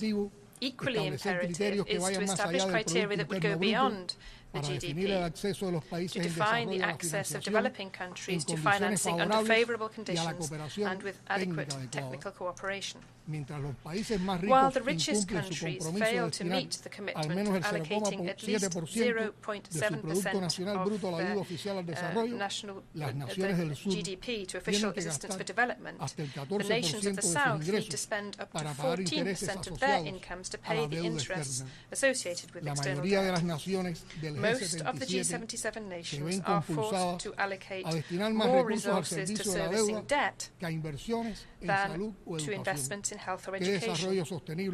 What sustainable development can be achieved with that noose around their necks? The group today reiterates its call to public, multilateral and private creditors to refinance the debt through credit guarantees, lower interest and longer expiration deadlines. We insist on the implementation of a multilateral mechanism to reschedule the sovereign debt with an effective participation of the countries of the South that will allow for a fair, balanced and development-oriented treatment. It is imperative to redesign once and for all the debt instruments and to include activation provisions to alleviate and reschedule as soon as a country becomes affected by natural catastrophes and problems microeconomic problems that are so common amongst the vulnerable nations. President, no one in their right mind is denying now that climate change threatens the survival of all with irreversible effects. It is also a secret to no one that those who are least responsible for climate change are those who are suffering the most from its effects, particularly small island developing states. Industrialized countries, meanwhile, are the voracious predators of resources and of the environment, but they elude their greatest responsibility and fail to comply with their commitments under the Framework Convention on Climate Change and the Paris Agreement. Just to mention one example, it is profoundly disappointing that the goal of mobilizing no less than $100 billion a year up to 2020 as climate financing has never been met. On the eve of the 28th COP, the G77 countries will have as a priority the exercise of the global balance, the implementation of the loss and damage fund, the definition of the framework for the adaptation goal, and the establishment of the new climate financing goal, which fully abides by the principle of common but differentiated responsibilities. The G77 is convening a summit of leaders of the South to be held on the 2nd of December in the context of COP28 in Dubai. This initiative is unprecedented in the context of a conference of the parties and will be a forum to articulate positions within our group at the highest level in the context of climate negotiations. COP28 will show whether or not, beyond speeches, there is a real political will on the part of developed nations to achieve the agreements required in this field that cannot be postponed for any longer. President, for the G77, the priority is to change once and for all the paradigms of science, technology and innovation, which is limited to the environmental perspectives of the North, thus depriving the international scientific community of a considerable intellectual capital. The successful Havana Summit launched an urgent appeal to concentrate science, technology and innovation around the Sustainable Development Goals. There, we decided to resume the work of the Consortium of Science, Technology and Innovation for the South, with the purpose of promoting joint research projects and promoting the joining up of production systems so that they could reduce their dependence on the markets of the North. We also agreed to promote a call for convening in 2025 a high-level meeting of the United Nations General Assembly on Science, Technology and Innovation for Development. The 17 cooperation projects that Cuba has designed in the context of its chairmanship of the G77 will contribute to channeling the potentials of South-South and triangular cooperation. We call on the richest nations and on international bodies to participate in these initiatives. Cuba will not falter in its efforts to promote the creative potential, influence and leadership of the G77. Our group has a lot to contribute to multilateralism, stability, justice and the rationality that the world requires today.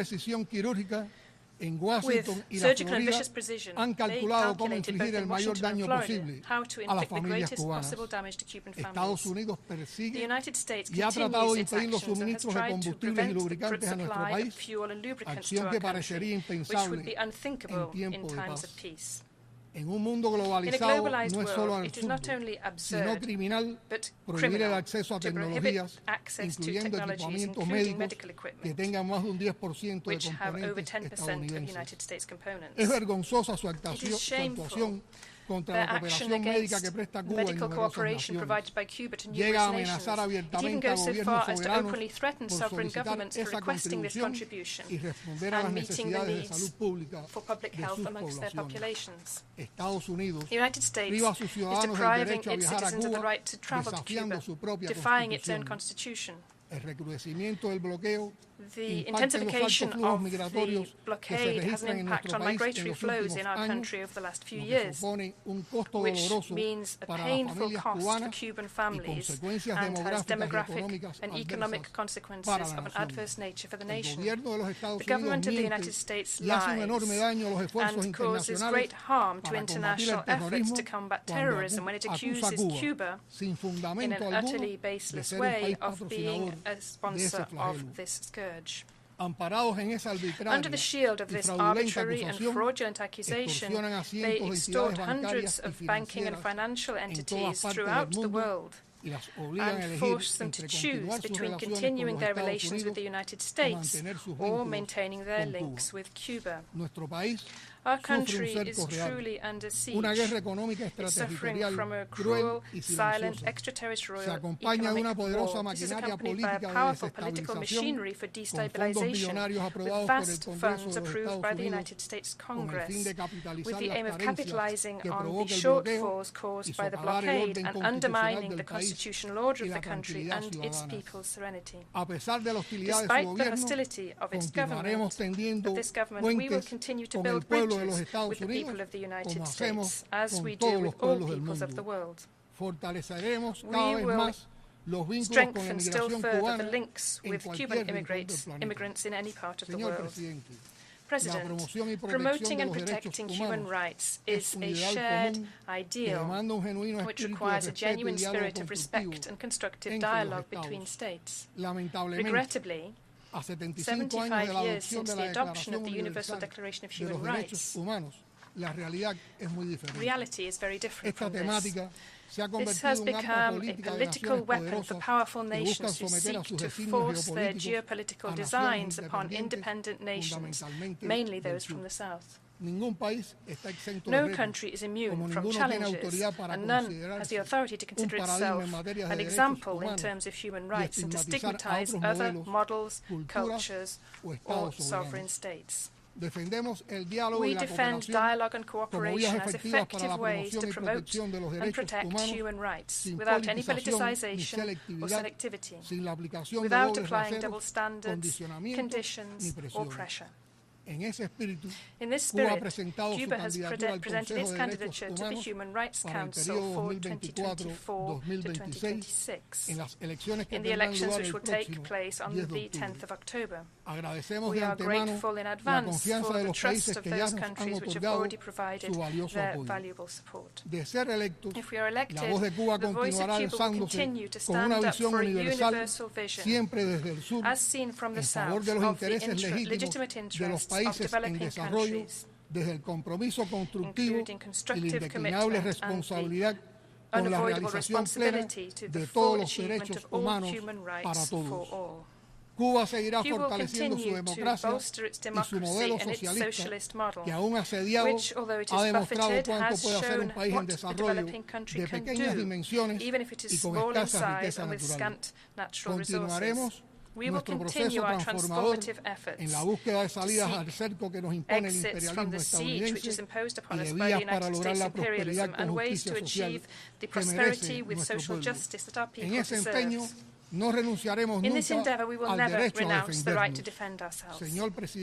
President, distinguished heads of delegation and other representatives, I conclude by extending an invitation to all of you to work to overcome differences and to address shared challenges urgently. To do this, the United Nations and this General Assembly, including with all their limitations, are the most powerful instrument that we have. You can always count upon Cuba to defend multilateralism and together to promote peace and sustainable development for all. Siempre será un honor pelear por la justicia, compartiendo las dificultades y los desafíos con los pueblos del sur, dispuestos a cambiar la historia.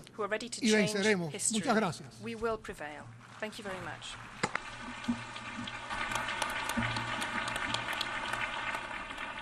On behalf of the Assembly, I wish to thank the President of the Republic of Cuba for the statement just made, and I request protocol to escort His Excellency.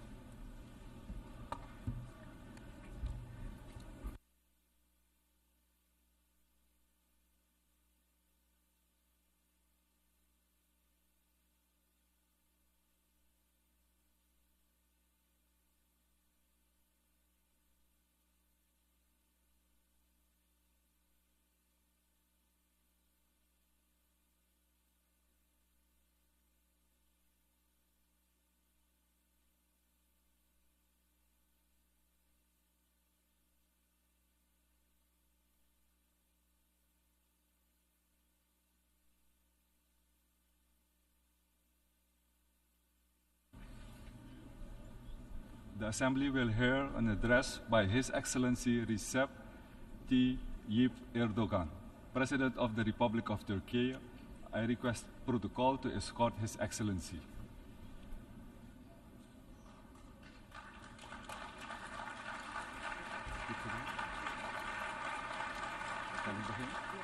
On behalf of the General Assembly, I have the honor to welcome His Excellency Recep Tayyip Erdogan, President of the Republic of Turkey, and to invite him to address the Assembly.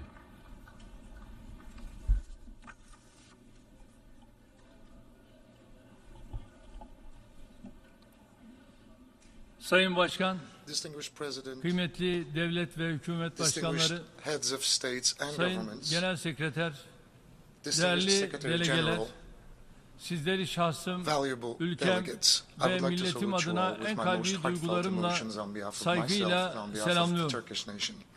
Birleşmiş Milletler I would like to 77. congratulate Genel Kurul Mr. Başkanlığı'nı Kyrgyzstan, who başarılı bir successfully şekilde completed his tamamlayan term as Sayın President of the Kyrgyzstan'ı 77th tebrik General ediyor. Assembly of the Bu United görevi Nations, devralan and Sayın wish all the Francis'e success to Mr. başarılar Francis, who diliyorum. is taking over his duty. Güven ve dayanışma içerikli bir temayla that toplanan The 78. 78th General Assembly Genel convened with a Kurul'un team tüm of insanlık trust için and hayırlara solidarity vesile will olmasını be a blessing for temenni the ediyorum. entire human race. Dünyamızın geleceği konusunda Unfortunately, it's not geçtiğimiz yıl possible to burada draw yaptığımız a more değerlendirmelere optimistic kıyasla picture of the future daha of our iyimser world bir tablo compared çizmek to the assessments maalesef we had carried out mümkün over this değildir. podium here last year. Karşımızdaki fotoğraf The picture küresel before us ölçekte shows giderek daha that we're fazla, facing daha increasingly karmaşık, complex and daha dangerous tehlikeli challenges sınamalarla on a karşı global karşıya scale. olduğumuzu gösteriyor. Kendi ülkemin There are güneyinde, conflicts, kuzeyinde, wars, doğusunda humanitarian ve crises, batısında political strife, pek and çok social çatışma, tensions to the savaş, south, north, insani east, kriz, and west siyasi of çekişme my own ve sosyal country. gerilim yaşanıyor. Küresel ekonomik sorunlarla These growing birleşerek challenges, sürekli compounded by büyüyen bu global sınamalarla economic baş problems, etmek are her becoming geçen gün more and daha da more zorlaşıyor. more difficult to deal Avrupa'nın with. doğu sınırlarında yaşanan In savaş, addition to the yol humanitarian açtığı tragedy, insani the war on trajediye Europe's ilave eastern olarak borders has ekonomiden created serious güvenliğe, problems in all enerjiden areas, gıda from güvenliğine, economy to her alanda security, from energy ciddi sorunlar to food ortaya supply çıkardı. security. Suriye ile Kuzey Afrika Terrorism, ve which is used Sahel as an instrument bölgesinde of proxy wars in vekalet Syria, savaşlarının North aracı haline Africa, and dönüştürülen the Sahel terörizm, region is causing kırılganlığı irreparable hızla artan damage to the uluslararası increasingly güvenlik fragile iklimine international security onarılamaz climate. zararlar veriyor. Küresel The güçlerin areas of ihtiraslarını operation kullanarak of büyüyen terrorist terör organizations which örgütlerinin grow by faaliyet exploiting the alanları, ambitions of global powers teknolojik are gelişmeler spreading ile like an kötüleşen epidemic across vast sosyoekonomik geographies, şartlardan da taking istifade advantage ile of technological adeta bir developments salgın and gibi deteriorating geniş coğrafyalara socioeconomic yaygınlaşıyor. conditions everywhere. Yabancı The karşıtlığı, signs of xenophobia, ırkçılık ve racism, İslam and düşmanlığının Islamophobia yeni bir krize turning into dönüşme a new emareleri crisis have son reached bir yıldır alarming levels endişe in verici the last boyutlara 1 year. ulaştı. Dünyanın No hangi matter which köşesinde corner of the yaşarsak world yaşayalım, we shall live in, iklim değişikliği climate change ve and buna bağlı related doğal afetler natural disasters artık have become a günlük reality hayatımızın in our daily bir lives gerçeği haline gelmiştir. and of our daily lives. Türkiye On the 6 morning Şubat of February 2023 the 6th, sabahı gerek büyüklüğü, gerek etkilediği alan itibariyle Sayın Genel Sekreterin ifadesiyle yüzyılın en büyük doğal afetlerinden biriyle karşı karşıya kaldı. Birleşmiş Milletler dahil uluslararası toplumun yardım çağrımıza ivedilikle verdiği cevabın samimiyetini, fedakarca sergilenen çabaları ve ülkemize sağlanan cömert desteği unutmamız mümkün değil. 50 binden fazla insanını kaybettiği, 850 bin yapının kullanılamaz hale geldiği, milyonlarca insanı barındıran şehirlerin adeta yerle yeksan olduğu bu kara gününde ülkemize gösterilen dostluk bizler için önemli bir teselli kaynağı. Dünyanın yüzü aşkın ülkesinden yardım çağrımıza destek veren tüm dostlarımıza, ülkem ve milletim adına teşekkür ediyorum. Depremin yaralarını sarmak, şehirlerimizi bir an önce ayağa kaldırmak için çalışmalarımızı yoğun bir şekilde sürdürüyoruz. Birkaç gün önce de güçlü tarihi bağlarımızın bulunduğu Libya, fırtına ve selin yol açtığı ağır yıkımlara ve can kayıplarına maruz kaldı. Felaketin ardından Türkiye olarak 10 bini aşkın insanın hayatını kaybettiği, binlerce kişiden hala haber alınamadığı Libya'ya yardım için hemen harekete geçtik. İlk etapta 3 gemi ve 3 uçakla 567 personelin yanı sıra yüzlerce araçtan binlerce ton iaşe, barınma ve sıhhi malzemeden oluşan yardımları bu ülkeye gönderdik. Sivil toplum kuruluşlarımız da kendi imkanlarıyla bölgedeki çalışmalara katılıyor. Dünyanın neresinde bir mağdur, mazlum varsa yanında yer alan bir ülke olarak Libyalı kardeşlerimizi de yalnız bırakmadık, bırakmayacağız. Dost ve kardeş ülkelerinde Libya halkına yardım için seferber olacağına inanıyorum. Ülkemiz gibi şiddetli bir depremle sarsılan Faslı kardeşlerimize de geçmiş olsun dileklerimi buradan iletiyorum. Kıymetli delegeler, Genel Kurul'un bu yılki temasının Türkiye'nin hedefleriyle birebir örtüştüğünü görmekten memnuniyet duyuyoruz. Cumhuriyetimizin 100. yılında hayata geçirmeye başladığımız Türkiye 100 yılı vizyonumuz bu örtüşmenin en somut ifadesidir. Küresel adaletsizlikleri ortadan kaldıran, ekonomik eşitsizliklerin üzerine giden, barış, güvenlik, istikrar ve refah üreten, etkili, kapsayıcı ve insanlığı kucaklayıcı, velhasıl tüm insanlığın hayrına bir uluslararası sistemin tesisi çağrımız giderek daha çok yankı buluyor. Genel Sekreter Sayın Guterres'in geçtiğimiz günlerde yaptığı İkinci Dünya Savaşı sonrası kurulan kurumların bugünün dünyasını yansıtmadığı tespitine biz de katılıyoruz. Bu tespit bizim dünya beşten büyüktür çağrımızı ifade ediyor. Güvenlik Konseyi artık dünya güvenliğinin teminatı olmaktan çıkmış 5 ülkenin siyasi stratejilerinin çarpışma alanı haline gelmiştir. Kıbrıs'ta yaşanan son hadiseleri bu içi boşalmış adalet ve güven telkin etmeyen kurumsal yapının bir tezahürü olarak değerlendiriyor. Barış ve istikrarın güçlendirilmesine yönelik sayısız inisiyatife öncülük etmiş bir ülke olarak Sayın Guterres'in barış için yeni gündem oluşturulması çağrısına önem veriyoruz. With this understanding, since the beginning of the Russian-Ukrainian war, we have been endeavoring to keep both our Russian and Ukrainian friends around the table with a thesis that war will have no winners and peace will have no losers. We will step up our efforts to end the war through diplomacy and dialogue on the basis of Ukraine's independence and territorial integrity. With the Black Sea Initiative, which we have launched together with the United Nations, we have prevented the threat of a global hunger crisis by ensuring the delivery of 33 million tons of grain through the Black Sea to the global markets.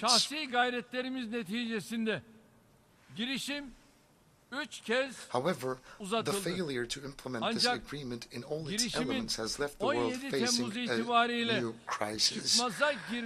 This initiative had been extended 3 times, in part with my efforts.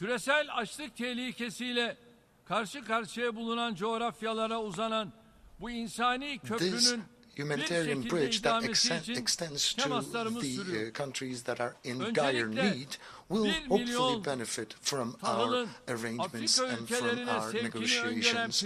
We have a new plan whereby another 1 million tons of grain will be released to the countries in dire need around the world.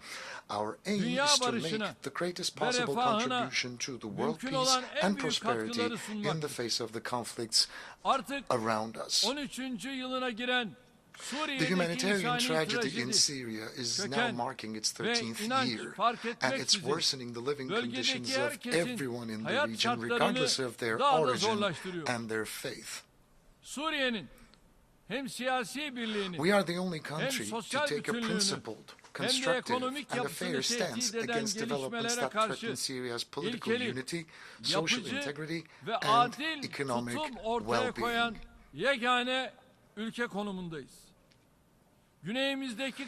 It's becoming increasingly important to end the crisis in the south with a comprehensive, lasting and a sustainable solution which meets the legitimate expectations of the people. The devastating impact of the February 6th earthquakes, which affected 14 million people in our country, was also deeply felt in Syria, especially in northwestern Syria. The already troubled humanitarian situation has only worsened. It's unfortunate that the United Nations cross-border humanitarian aid operations in the region was interrupted at such a time. As Turkey, we will not leave more than 4 million people struggling to survive in the north of Syria to their fate and demise.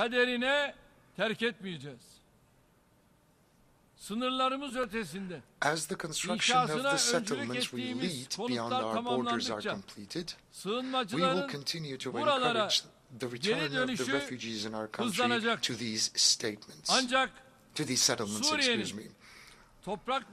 However, the biggest threat to Syria's territorial integrity and political unity is the support given to terrorist organizations guided by the powers that have designs on this country. The Syrian people are overwhelmed by the PKK-PYD terrorist organizations and the radical groups organized on the basis of sectarian divisions, and on the other hand, different groups have reached the point where it is no longer unbearable for the people. As a matter of fact, various consequences of this have started to emerge recently. Iraq, another neighbor, is also making sincere efforts to overcome the internal and external challenges it faces. We act with an understanding that strengthens Iraq's political unity, territorial integrity, and reconstruction efforts, and we do not discriminate between the constituent elements of the country. hayata geçireceğimiz kalkınma yolu projesiyle As the countries of the region, the path to development will be established so that the regional integration will be ensured. The games of those who cling to the Daesh excuse every time they're in trouble in the region have now been all but exposed. As the leader of a country that has actually fought the biggest battle against Daesh, inflicted the biggest losses on this organization, and knows the realities in front of and behind the problem, I want to speak very clearly and frankly. We are sick and tired of the hypocrisy of those who use Daesh and similar organizations as a front to their own political and economic interests in the Middle East, North Africa, and Sahel, but especially in Syria and Iraq. We're tired. The threat in these regions is not only confined to Daesh. The real threat is the terrorist organizations, paramilitary groups, mercenaries, and local elements that are used and that are being nurtured as tools of proxy wars. And whoever pays the highest price will use these elements. Despite this reality, countries that continue to work with terrorist organizations for their own political and economic interests have no right to complain about terrorism and its problems as an extension. In such a world, no one is safe. Whether they live right next to a conflict zone or far away on the land surrounded by oceans. Nobody can be safe. That's why we say that under the auspices of the United Nations, we must rapidly restructure the institutions charged with ensuring the security, peace, and prosperity of the world. We must build a global governance architecture that is capable of representing all origins, beliefs, and cultures in the world with its geography and demographies. In conclusion, we say once again, with all of our hearts, the world is bigger than 5, and a fairer world is possible.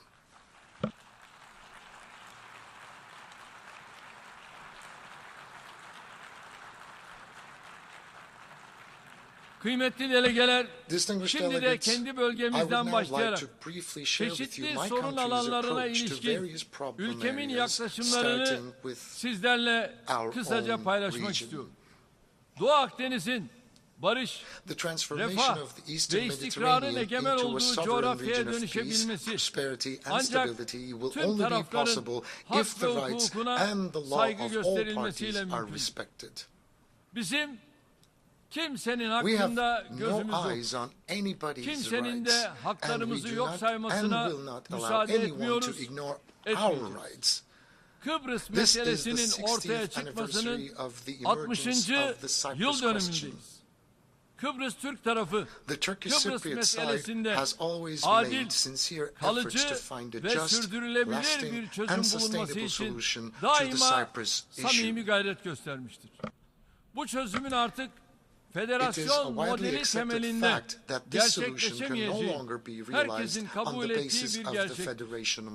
Uluslararası toplumu, ulu kabullenen Kuzey Kıbrıs Türk Cumhuriyeti'nin bağımsızlığını tanımaya, bu ülkeyle diplomatik, siyasi ve ekonomik bağlar kurmaya davet ediyor. Adadaki Birleşmiş Milletler barış gücünden de sergilemekle mükellef olduğu tarafsızlığa titizlikle riayet etmesini bekliyor. Zaten itibarı zedelenen bu gücün Kıbrıs'ta yeni bir itibar kaybıyla karşı karşıya kalmasını istemeyiz. Köklü tarihi ve gönül bağlarına sahip bulunduğumuz Yemen'deki durum bizi derinden yaralamaktadır. We have strong historical ties with Yemen, and we hope and pray that this problem will be settled once and for all through unquestionable respect to the territorial integrity and unity of Yemen. Our relations with Egypt used to be a little stagnant for a while, but we have recently entered an era where the relations are developing quite expeditiously, and our relations are growing on the basis of mutual interests and benefits. It's very important to mention also that in order for peace to reign in the Middle East, the Palestinian-Israeli conflict should be brought to an eventual solution. We will continue to support the Palestinian people and state in their struggle for their legitimate rights under international law. Bir kez daha tekrarlayacak olursak, If I need to repeat once again, 1967 sınırları without the temelinde realization of an bağımsız independent and ve geographically coğrafi integrated bütünlüğü Palestinian haiz state bir based on Filistin the devleti 1967 hayata borders, it geçirilmeden is difficult for İsrail'in Israel de to aradığı find the huzuru peace and ve security güveni it seeks in bulabilmesi that part of the zordur. world. Bu çerçevede In Kudüs'ün this context, özellikle we de will continue Harem-i to pursue Şerif'in respect for tarihi the historic konumuna status of saygı Jerusalem, in gösterilmesinin particular takipçisi olmaya devam edeceğiz. Balkanlarla we kökleri have strong tarihe dayanan political, güçlü siyasi, ekonomik ve economic and insani humanitarian bağlarımız ties with the Balkans. Avrupa'nın bu kritik bölgesinde Going back in istikrarın history, sağlanması, and we are working hard anlaşmazlıkların on bilateral, diyalog yoluyla regional and çözülmesi international için platforms to ensure ikili, stability in this bölgesel critical ve region of Europe uluslararası and to platformlarda resolve the yoğun disputes çaba through gösteriyoruz. dialogue. Son dönemde gerginleşen We Kosova actively support ve the processes. Sırbistan arasındaki We actively support the process for the normalization of relations between Kosovo and Serbia, which have been strained recently. Bölgesel ve küresel sınamaların The increasingly complex nature of regional and global challenges points to the need for Turkey and European Union relations to move forward on a healthy basis more than ever daha before. fazla ihtiyaç olduğuna işaret ediyor. Avrupa We expect Birliği'nden the European beklentimiz Union to uzun quickly süredir start ihmal ettiği fulfilling its long ülkemize yönelik neglected obligations yükümlülüklerini towards our süratle country. yerine getirmeye başlamasıdır. Özellikle Türkiye'ye yönelik Especially sergilenen ikircikli tavırların The ambiguous artık bir attitudes son against bulması gerekiyor. Turkey should be stopped Latin once Amerika and for all. ve Karayipler coğrafyası, Latin America insani and the dış Caribbean politikamızın is another tüm region where we unsurlarını are mobilizing harekete all elements geçirdiğimiz of our humanitarian foreign dostluk policy bağlarımızın her and where geçen gün our ties of kuvvetlendiği friendship are bir diğer getting bölgedir. stronger day by day. Önümüzdeki dönemde In the bu forthcoming ilişkileri period, we aim to Türkiye, Latin transform these Amerika relations ve into a Karayipler Turkey, Latin America ortaklık and the politikasına Caribbean dönüştürmeyi partnership hedefliyor. policy. Kuruluşunun 60. yıl On the döneminde 60th anniversary Afrika of its Birliği, establishment, the kıtanın African Union kendi is a kaderini monumental eline symbol alıp of the continent, ayağa taking its kalkmasının destiny into its own abidevi bir hands and sembolü. standing up. Afrika'nın sorunlarına The Afrikalı process that çözümler started bulma with the will to iradesiyle find başlayan African süreç solutions to African dünyanın problems en has önemli turned into kalkınma one of the most projelerinden biri important haline developmental projects dönüşmüştür. in the world. Özellikle yürüdüğü bu To yolda accompany Africa on this Afrika'ya path, eşlik etmek we amacıyla have crowned our kıtayla ties of dostluk friendship with the bağlarımızı continent with a stratejik strategic ortaklıkta partnership. taşlandırdık. Afrika Birliği'nin However, bizim de çok güçlü destek verdiğimiz G20 I üyeliğini must once again reiterate memnuniyetle that we have karşıladık. welcomed the Bununla birlikte G20 membership Sahel of African bölgesinin Union, which we attach ciddi great siyasi, significance to as ekonomik, well. It's a sosyal fact that the ve Sahel region güvenlik faces sınamalarıyla serious political, yüzleştiği economic, social, bir and security gerçektir. challenges. Son dönemde sıkıntılı günler We yaşayan hope that Niger, Nijer'in which en kısa has been zamanda experiencing troubled times anayasal recently, düzene, will regain demokratik constitutional bir order yönetime and kavuşmasını democratic governance ümit ediyoruz. as soon as possible. Nijer'e yapılacak Any military herhangi bir intervention in askeri Niger müdahalenin risks plunging bu this ülkeyle birlikte country and the bölgenin entire region tamamını into deeper daha derin bir instability. istikrarsızlığa sürükleme riski vardır.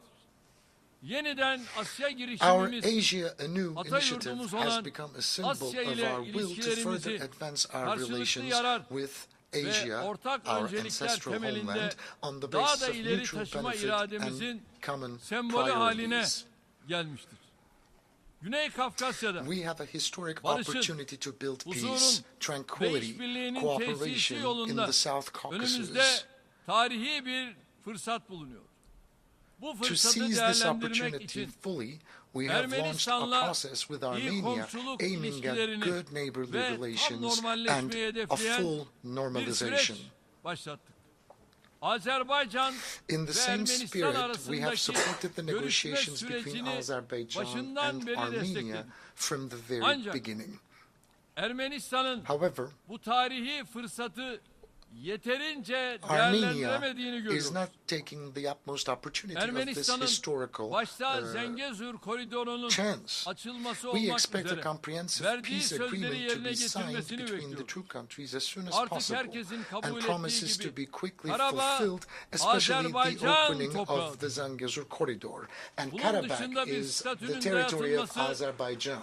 Any other status asla imposed kabul edilmeyecek. will never be accepted. Ermeniler dahil herkesin Azerbaycan topraklarında barış içinde yan yana Everybody has yaşaması the right to öncelikli coexist on the hedefimiz olmalı. Azerbaijani soil, including Tek the millet, Armenians, and that should be iki our devlet primary şiarıyla goal. There will hareket be one, ettiğimiz we are moving Azerbaycan'ın together with toprak Azerbaijan bütünlüğünü under the korunma slogan, yönünde attığı under the motto adımları that we are two destekliyoruz. nations, one Kadim state. medeniyetimizin köklerinin uzandığı ve aynı kültürü paylaştığımız Orta Asya ülkeleriyle işbirliğimizi güçlendiriyoruz. The efforts for the Türk strengthening of our Devletleri cooperation with Teşkilatı'nın the countries of the bölgesel Central Asia, ve where the küresel roots of our düzeyde ancient giderek civilization lie daha etkin and bir where aktör we share haline the same dönüşmesinden culture are currently memnuniyet underway. duyuyoruz.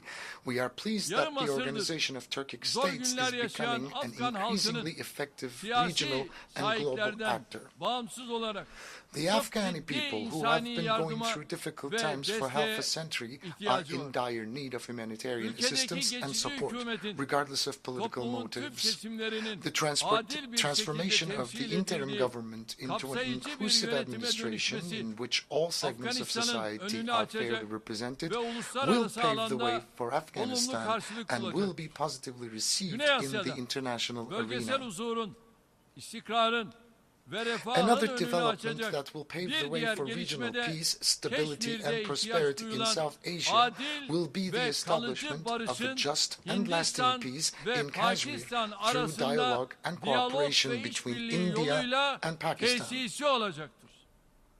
Türkiye olarak As Turkey, bu yönde we will atılacak continue adımlara to support the steps to be desteğimizi taken in sürdüreceğiz. this direction. Çin'in toprak bütünlüğü We ve emphasize at egemenliğine every opportunity saygı that we duyduğumuzu respect her China's fırsatta territorial altını integrity çizerek and ifade ediyoruz.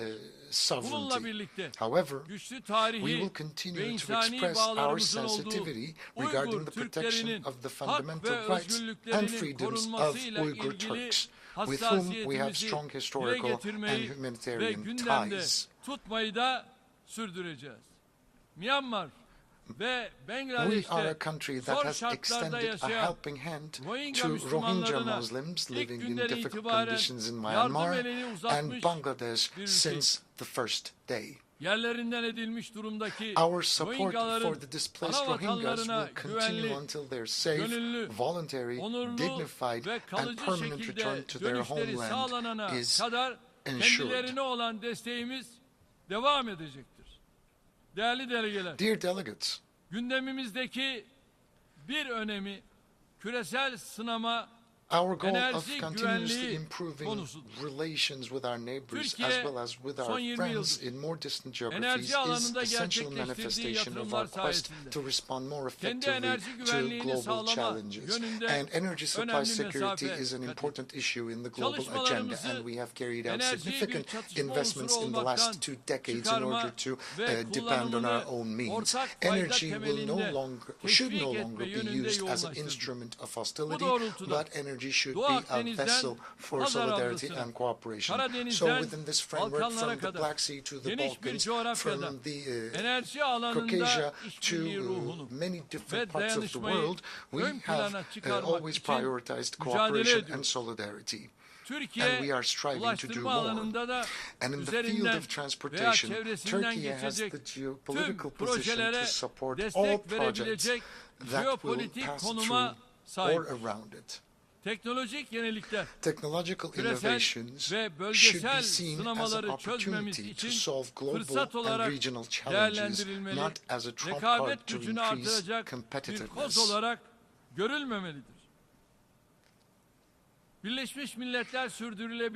Unfortunately, we are gradually moving away from the slogan "Zero Hunger by 2030", which is among the most important titles of the United Nations Sustainable Development Goals. In fact, we find it difficult to accept hunger as an issue, as an unsolved problem here in the 21st century. We call on all countries to show strong will to realize the sustainable developmental goals, especially in this region where wealth has skyrocketed, and we cannot explain why 735 million inhabitants of the world still live in dire poverty. Hundreds of millions of dollars are being spent in order to reach space, but from Africa to Asia, millions of people cannot even find a decent portion of food to consume. So long as that is the situation, none of us can be safe. So, as I've said before, all countries should demonstrate a strong will in order to realize sustainable development goals. We are one of the most generous countries of the world in terms of development aid, and we have the right to launch this appeal. The global climate change is another issue that I'd like to touch upon. It's becoming increasingly difficult to limit the global temperature rise due to climate change to 1.5 degrees Celsius.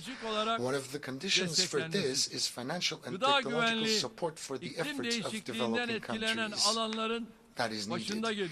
Food security is one of the main areas affected by climate change. We must develop and implement the right policies and investments for the sustainable use of water and land resources. We cannot bequeath to our children a world plagued by pollution caused by unconscientious consumption and depleted natural resources.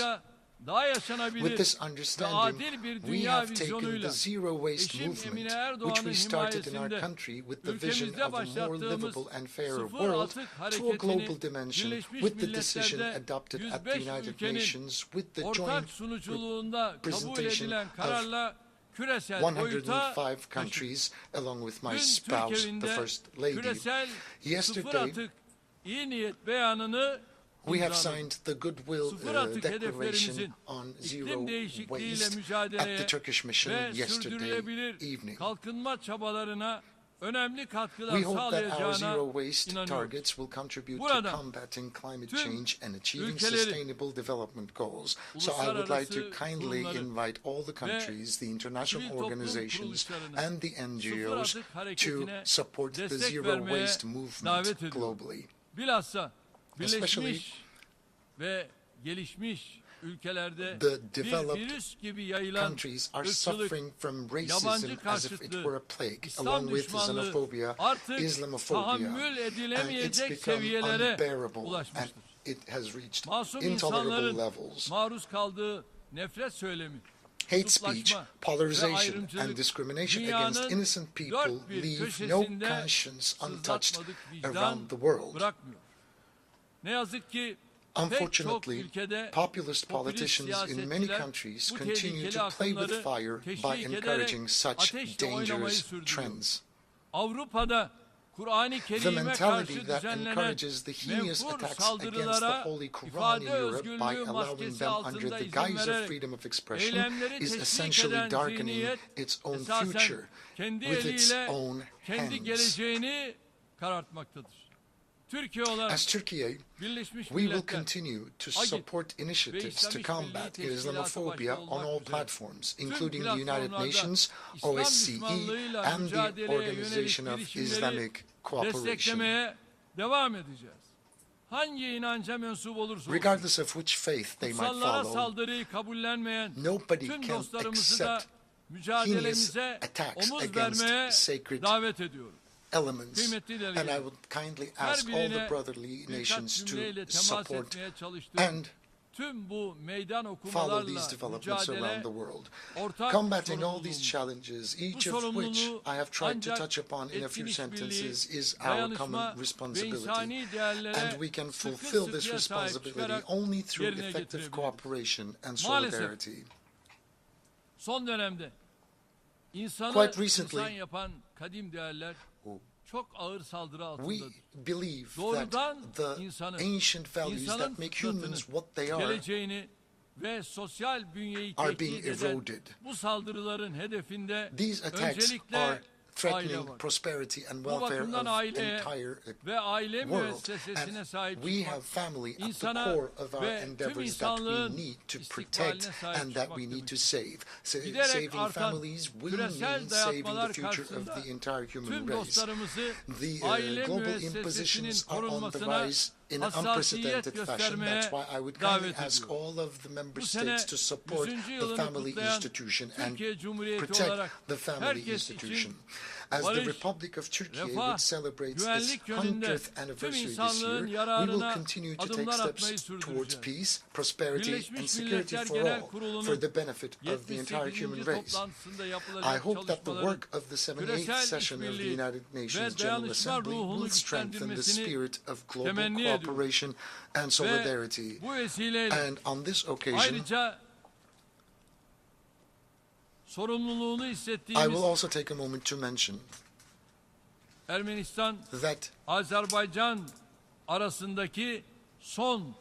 recent negativities happening between Armenia and Azerbaijan need to be condemned, and the regional developments need to be brought to a solution immediately. That's what I hope and pray for.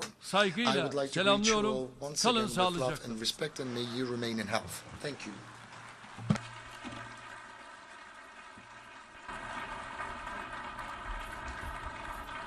On behalf of the Assembly, I wish to thank the President of the Republic of Turkey for the statement just made, and I request protocol to escort His Excellency.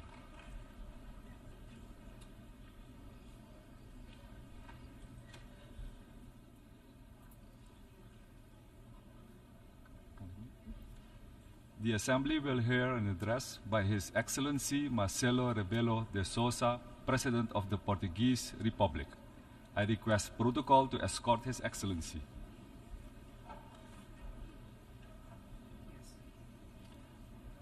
On behalf of the General Assembly, I have the honor to welcome His Excellency Marcelo Rebelo de Sousa, President of the Portuguese Republic, and to invite him to address the Assembly. Uma primeira palavra para dizer que Portugal apoia por completo as prioridades do Presidente Denis Francis neste mandato. Uma outra palavra para o Presidente cessante, Shaba Karachi, felicitando pelo mandato que terminou.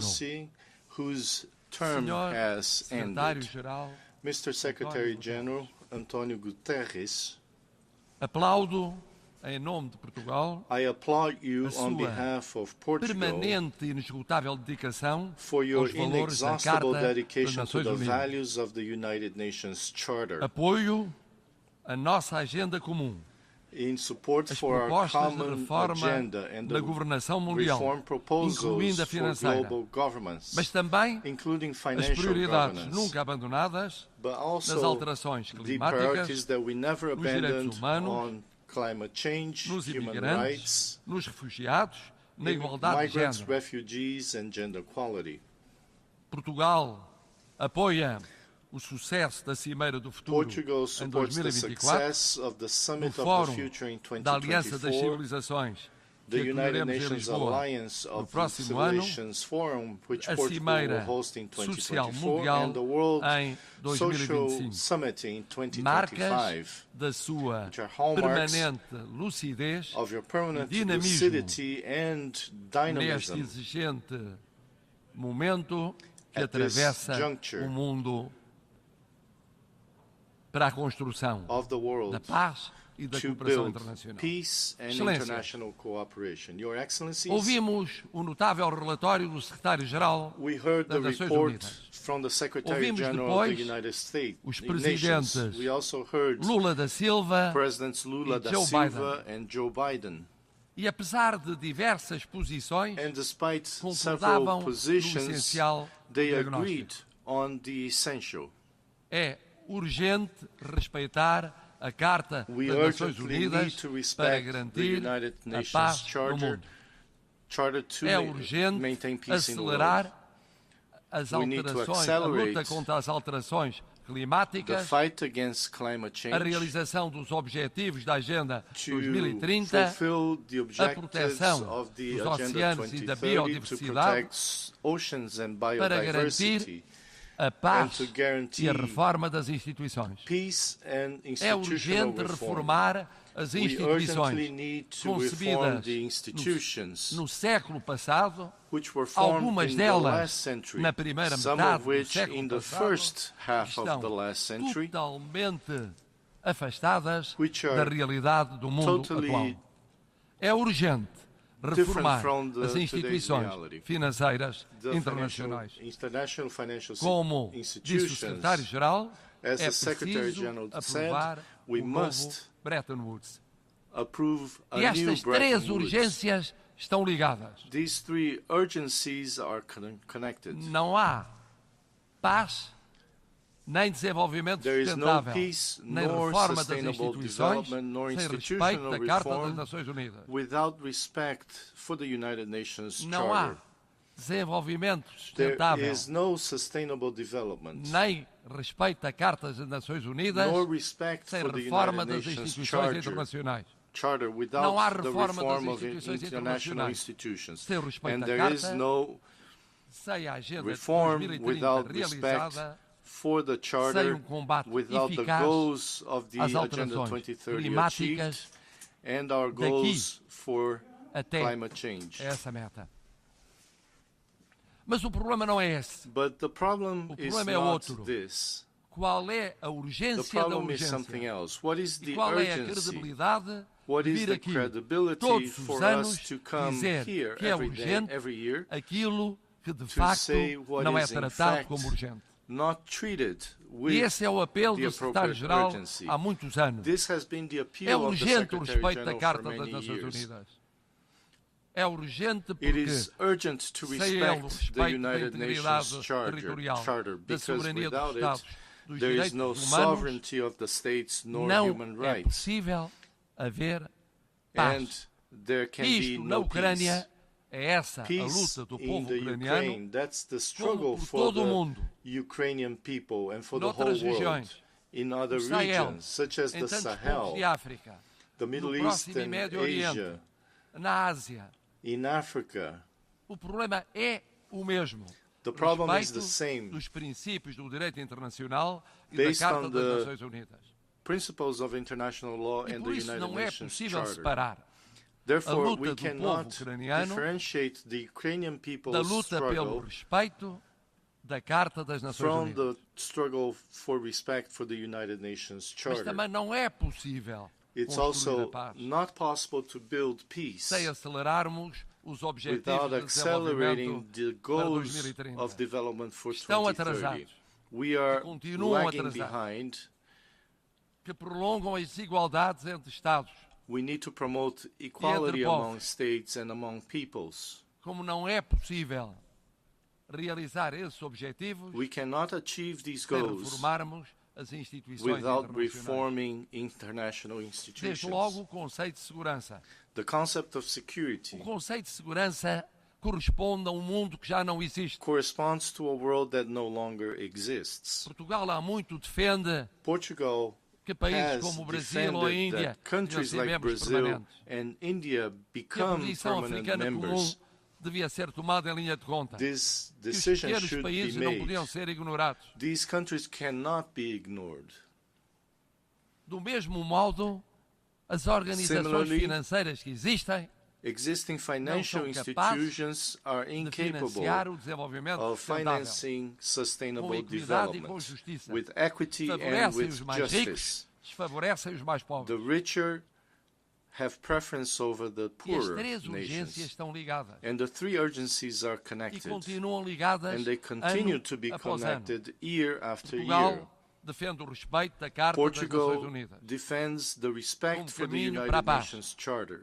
Portugal defende Portugal a aceleração defends the na luta acceleration of contra the struggle as alterações climáticas, against climate change, tentando ir à frente trying to move na forward descarbonização, in na decarbonization, promoção da energia limpa, in promoting clean como na energy, proteção do oceano, in promoting the como na ocean, proteção da in protecting the biodiversidade, oceans and como na biodiversity, defesa da reforma das in instituições, defending como as Nações Unidas the ou as reform of organizações financeiras institutions in internacionais. the United Nations and E não the desistimos. international financial E não institutions. desistiremos de apoiar We will o not secretário-geral das Nações cease to Unidas. support the Secretary General Custo of the custar. United Nations. Porque é fácil vir aqui Because todos it's os easy anos to come here every year prometer o mesmo and to make e the não same realizar promises aquilo que é prometido. and never Não deliver contribuir on para those a paz, promises, not to respeitando contribute to peace, o direito internacional not e a respecting Carta das Nações international Unidas. law and the United Não Nations contribuir Charter, para a justiça not e o desenvolvimento contributing to sustentável, justice and sustainable development, retardando os objetivos de desenvolvimento delaying sustentável até the 2030. Sustainable Development Goals by 2030, Prometer uma nova governação mundial, to promise a new mas world adiando governance as soluções concretas with para a reforma concrete das solutions instituições. for Falando no institutional financiamento reform, daqueles que talking precisam, about sem financing dar for exemplos those that need it, desse financiamento. without giving examples Portugal of acaba such de financing. celebrar com Cabo Verde, país que Portugal just pertence signed a with Cabo universo de Verde, 300 milhões a country de falantes de português, that is part of the world of acordo de 300 conversão million da dívida Portuguese-speaking do Estado nations. num fundo persons. ambiental e climático, We signed a convertendo environmental a and dívida climate fund do committing devedor em contributo do credor ao to desenvolvimento the económico economic sustentável development, desse sustainable Estado. Isto of devia Cabo acontecer Verde. This should sistematicamente happen systematically com as dívidas existentes because existing debt e com o financiamento do desenvolvimento sustentável. and É converted nosso into objetivo sustainable alargá-lo development. Our a goal outros países and da that of comunidade other de countries língua portuguesa. that speak Portuguese. Senhor Presidente, Mr. President, Senhor Secretário-Geral, Mr. Secretary General, Excelências, Excellencies, ano após ano, year nós after prometemos. year, É tempo de cumprir. we lose É time. tempo de cumprir no respeito Time has come do direito for us internacional. to deliver É tempo on de respect cumprir for na international law, construção da paz. on building É tempo de peace. cumprir na It is cooperação time to internacional. deliver on É international tempo de cumprir na cooperation, correção das desigualdades mundiais. on the É correction tempo of de cumprir nas world alterações inequalities, climáticas. on É tempo climate de cumprir change, na reforma das Nações Unidas. on the reform É of tempo the de cumprir United Nations. na reforma It das is time to instituições deliver financeiras on the mundiais. reform of international isso, não há financial institutions. multilateralismo Without this, possível. there is no Não há possible cooperação multilateralism. Não There há is paz, pouco por todo o mundo. lasting cooperation Cada and no dia peace perdido throughout the world. Every é day mais we um dia de desigualdade, is another day of egoísmo, inequality, de conflito, selfishness, guerra. conflict, Cada dia war. ganho é um Every dia day we mais gain de justiça, is another day solidariedade of e de justice, paz. O meu voto development and é o de peace. que daqui a um ano, I hope that quando nos 1 year from encontrarmos, now we can meet again seja possível dizer and que há mais that we paz can do que say guerra e não mais guerra do que paz. there is more Há peace mais than justiça war, do que injustiça. there is more justice Há mais than igualdade injustice, do que there is desigualdade. more equality than Há mais ação inequality, climática there is do more que inação climate climática. action than climate Há inaction. mais reforma das Nações There Unidas is more do que reform of the adiamento da United reforma. Nations. Há mais reforma das instituições There is more financeiras reform of the do que financial ignorância ou institutions. menorização dessa reforma. Se assim for para o ano, If that is so, valeu a pena. Se it will assim be não for, worth our while. continuaremos a ouvir Otherwise, we will sempre continue os to mesmos hear e tantos deles muito influentes all the same prometerem people e a não very cumprirem. influential who promise E things that do not perceberemos deliver. porque é que os povos acreditam We cada vez realize menos why naqueles que os governam. nations, Muito obrigado. people believe less and less on the people who govern them. Thank you. On behalf of the Assembly, I wish to thank the President of the Portuguese Republic for the statement just made, and I request protocol to escort His Excellency.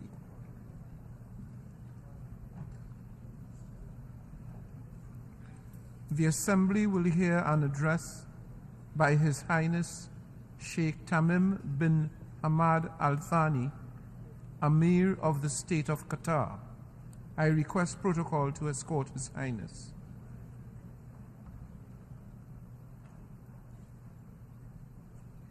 On behalf of the General Assembly, I have the honor to welcome His Highness Sheikh Tamim bin Hamad Al Thani,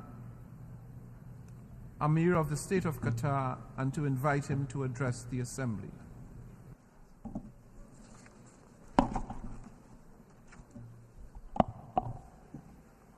بسم الله الرحمن الرحيم. In the name of God, most gracious, most merciful, Your Excellency, the President of the General Assembly, Your Excellency, the Secretary General of the United Nations, Honorable Audience, may God's peace, mercy and blessings be upon you. At the outset, I would like to congratulate His Excellency Mr. Denis Francis for assuming the presidency of the 78th session of the General Assembly, wishing him success. I would like also to express my appreciation to His Excellency Mr. Chancellor for his efforts in presiding over the 77th session. I would like to commend the efforts made by His Excellency Mr. Antonio Guterres, the Secretary General of the United Nations, as well as the personnel of the United Nations towards the fulfillment of its lofty goals. Allow me at first to offer my sincere condolences to His Majesty King Mohammed VI and to the fraternal Moroccan people for the victims of the devastating earthquake. I would like also to extend my condolences to Libya, to the government and people of Libya over the victims of the floods there. We pray to God Almighty for the speedy recovery of the injured and for the deceased to rest in peace. And we reiterate our full solidarity with them in this tragedy.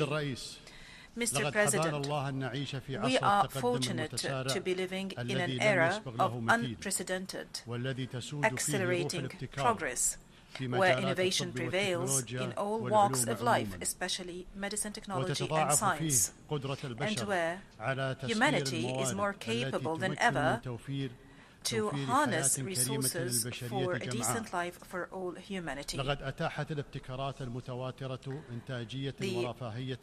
consecutive innovations have led to productivity, prosperity, and a level of communication amongst people that can be tantamount to science fiction. This development has enabled us to achieve a lot of our wishes. However, this came with a cost for the people and the planet. The average life expectancy and the standard of living of the majority of humanity have risen. However, this is coupled with an increase in the rates of poverty and unemployment, not to mention that there is growing awareness of the lack of justice in wealth distribution and the dire consequences on environment. And in terms of genetics and artificial intelligence, we have a lot of potential that could achieve prosperity for the whole humanity. However, the gap between the possibilities and reality is widening. So, in this era, and as those potentials unfold, we find peoples grappling with child labor, hunger, unemployment, civil wars. Meanwhile, the developed countries guard their borders against the influx of refugees, as if the peoples on this earth live in two different eras. The accelerating technical development and the growing reliance thereon open up unprecedented prospects for humanity to develop for the better, and undoubtedly science and technology are crucial for increasing productivity and improving human life quality. However, embracing the means without responsibly thinking of the ends to which those means are used have led to major disasters, such as using nuclear weapons, conducting dangerous experiments on humans, as well as genocide in concentration camps. It is incumbent on us to keep pace with the scientific and technical development and to encourage the same in our countries. Meanwhile, barriers between countries in this field must be removed. However, at the same time, we should not ignore risks such as deep fakes, violation of privacy, hacking, phishing, identity theft, educational process disruption by facilitating plagiarism, as well as human deception ploys. Therefore, and in addition to the necessity of cooperation and investment in developing those technologies, we reiterate our call for unison to prevent the misuse of cyberspace and to regulate this vital aspect on the basis of the rules of the international law. In this context, the Web Summit 2024 is set to take place in Doha. This will be a very important opportunity to review development in the field of technology and to create new cooperation opportunities in the realm of technology for the benefit of humanity as a whole. And I would like to take this occasion to welcome you all in Doha. Mr. President, we must not forget that there are peoples around the world, especially in our region, that are overwhelmed by the present tragedies. Thus, the issues that I have just mentioned might seem to them as luxury. Thus, if we truthfully call ourselves international community and not merely separate entities, we have to work and to strive towards ending injustice afflicting those people, at least in accordance with the resolutions of this body and the international law. It is unacceptable for the Palestinian people to continue to languish under the yoke and the intransigence of the Israeli occupation and the rejection by consecutive Israeli governments of any just political solution according to international legitimacy. It is conspicuous to all that the inaction by the international organization to take procedures against the occupation has given Israel the opportunity, and it continues to give Israel the opportunities to undermine the pillars of the two-state solution to the extent that the occupation has become tantamount to a brazen and conspicuous apartheid system in the 21st century. This has been very conspicuous to the extent that even some of Israel's friends have noticed that. Israel also responds to Arab peace and normalization initiatives with more nationalist and ultra-Orthodox intransigence and extremism that is reflected in government coalitions and further settlement expansion. In addition to the Judaization of Jerusalem, attacks on the holy sites, and using heavy-handed and draconian measures against the people in Gaza. Qatar provides and extends political, humanitarian and development support to our brotherly people in Palestine, and we do also contribute towards rebuilding the Gaza Strip, which is reeling under the siege, in addition and the embargo, in addition to its continuous contribution to the UNRWA funds. We also maintain our firm stance regarding the fairness of this cause.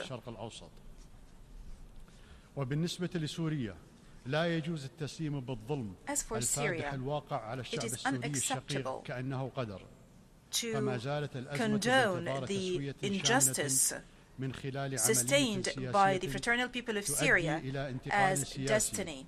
The crisis is awaiting a comprehensive settlement through a political process leading to a political transition in accordance with the Geneva Declaration 1 and the Security Council Resolution 2254, while maintaining Syria's integrity, sovereignty and independence. It's regrettable to witness this year the outbreak of violence in the Sudan, which had dire effect and impact on the Sudanese people and which has exacerbated the crisis of refugees. We condemn all crimes perpetrated against civilians in the capital Khartoum and in Darfur, and we call for holding the perpetrators thereof accountable. Also, we call for putting an end to the violence and to resort to reason to spare civilians the consequences of fighting, and we do stress our support to all regional and international efforts to facilitate ceasefire and dialogue between all political powers in the Sudan for the future of the Sudan, and in fraternal Lebanon, where the specter of danger hangs over the state's institutions. We do stress the need for finding a sustainable solution to the political vacuum, introducing mechanisms that thwart its recurrence and forming a government capable of addressing the aspirations of the Lebanese people. It is regrettable for the suffering of this fraternal people to be prolonged just because of political and personal calculations. And in Yemen, we call for settling the crisis according to the National Dialogue, the Gulf Initiative, and the relevant Security Council resolutions. And when it comes to Libya, we do stress our unwavering support for the endeavors of the Special Representative of the Secretary General and the head of the United Nations Support Mission in Libya. We do support his efforts to achieve tangible results to resolve the Libyan crisis. It is clear that solution in all fraternal countries that I have mentioned lies in consensus on the rule of law, state and citizenship. Regarding the situation in Afghanistan, we continue to coordinate international efforts and facilitating dialogue with the United Nations and the countries concerned, in addition to the caretaker government of Afghanistan, to ensure compliance to the Doha Agreement, to avoid the recurrence of past mistakes and to prevent Afghanistan from spiraling into a difficult-to-manage humanitarian crisis or becoming a safe haven for terrorist individuals and groups. We also have to work to ensure that the Afghan people receive the needed international support and assistance and enjoy human rights, particularly minority rights and women's rights to education and work. When we speak about our region, we would like to reiterate our appreciation of the détente and the breakthrough that we have witnessed this year, which is represented in the constructive dialogue and the establishment of ties between the sisterly countries, the Kingdom of Saudi Arabia and the Islamic Republic of Iran, as well as between the Arab Republic of Egypt and the Republic of Turkey. Mr. President, the war in Europe drags on. And along with Russia and Ukraine, it is consuming Europe in its entirety, and it is affecting the whole world in vital areas such as energy and food. And in the absence of a prospect for a permanent political solution, and taking into account the ability of certain countries to continue this war incessantly, the only thing and the only aspiration that people are looking up to is a truce, based on the damage sustained by the peoples of both countries and the peoples of the world, and because the status quo cannot be accepted, we reiterate our call on all parties to comply with the United Nations Charter and the international law, and to respect the sovereignty and territorial integrity of states. We also call upon them to resort to radical peaceful solutions based on those principles. Mr. President, our region is blessed with tremendous potentials and opportunities, and our peoples are tolerant, humane, peace-loving, and talented. During the 2022 World Cup in Qatar, there was an opportunity for interaction between peoples, and it was an opportunity for the world to see our people as they are, and to learn about our culture and values, and to learn about Qatar and Qatar's status as a global destination and nexus between East and West, and to emphasize the role that sports could play in building bridges of communication and rapprochement between peoples and cultures. I hope we had contributed through this tournament to breaking the stereotypes and presenting a new, exciting and safe tournament formula to the world. In Qatar, we had a dream. We had a dream for our country to be one of the prosperous nations whose people enjoy well-being and prosperity. We have invested for decades to achieve our dream by planning and development work. We have achieved a lot thanks to God and the solidarity of everyone in Qatar. While investing in liquefied gas was a leverage to realize that dream, this investment also enabled us to play an important role in addressing the energy challenge around the world by embracing a realistic vision that takes into consideration the world needs for a diverse mix of different energy sources, and by using the highest levels of advanced technology, which is environmental friendly. We do realize that energy export imposes obligations on us as a reliable partner with world countries. At the same time, it makes it incumbent on us to be responsible before our people and our future generations. Thus, Qatar continues to develop its sovereign fund and diversify the sources of its income, including investment in clean energy. The state of Qatar pursues environmentally friendly policies and supports various projects to protect the same. In this regard, we are going to host the Qatar Horticultural Expo next month. دورها في تقديم المساعدات الإنسانية وفي جهود الوساطة وحل النزاعات التي تؤثر على منطقتنا. Responsibly works towards strengthening its role in providing humanitarian aid and mediation efforts and to resolve conflicts that affect the world. The path to resolve conflicts through peaceful means is a long and strenuous path, but it is less costly than wars, and our commitment to continue our efforts in facilitating and making peace is a firm commitment deeply rooted in the core of our foreign policy. Mr. President, we stress that we take pride in our partnership with this international organization, and this is evidenced by Qatar's opening the United Nations House in last March, which includes 12 UN offices so far. Last March, or in March of this year, my country hosted the 5th United Nations Conference on the Least Developed Countries, which is considered one of the most prominent international fora. During this forum, efforts were galvanized to achieve the ambitious goals of the Doha Action Programme for the benefit of the least developed countries during the decade of 2020 to 2031. We do reiterate that the state of Qatar is a major and active partner in the endeavors made to respond to the priorities and needs of these countries. Thus, we welcome the Sustainable Development Goals Summit held yesterday. ويسعدنا قيام دولة قطر مرة أخرى بدور ريادي في المناقشات الرئيسية تحت مظلة الأمم المتحدة وآخرها العمل مع أيرلندا على تيسير المفاوضات الحكومية حول إعلان السياسي الذي يتمثل قمة أهداف التنمية المستدامة بالأمس. ونحن نرى أن التعاون في هذه المجالات يسهم في الوقاية المسبقة من موجات اللجوء التي باتت تشكل مشكلة حقيقية لأوروبا وأيضا للدول الأفريقية والآسيوية.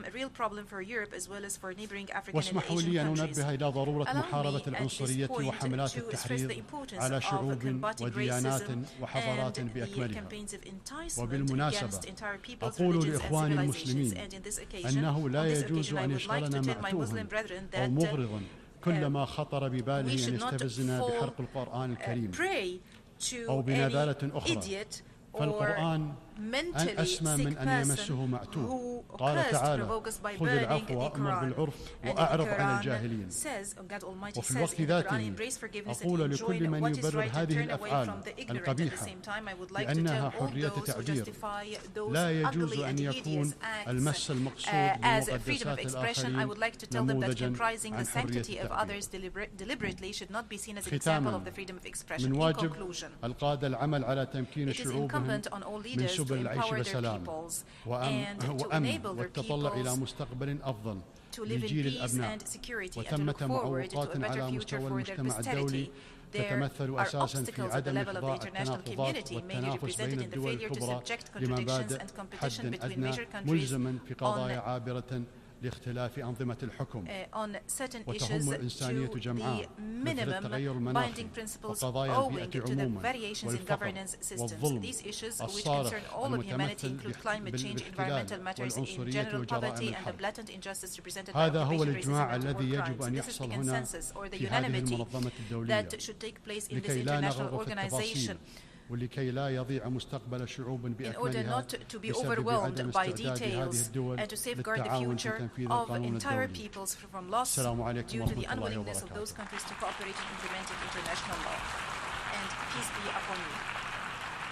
On behalf of the Assembly, I wish to thank the Amir of the State of Qatar for the statement just made, and I request protocol to escort His Highness.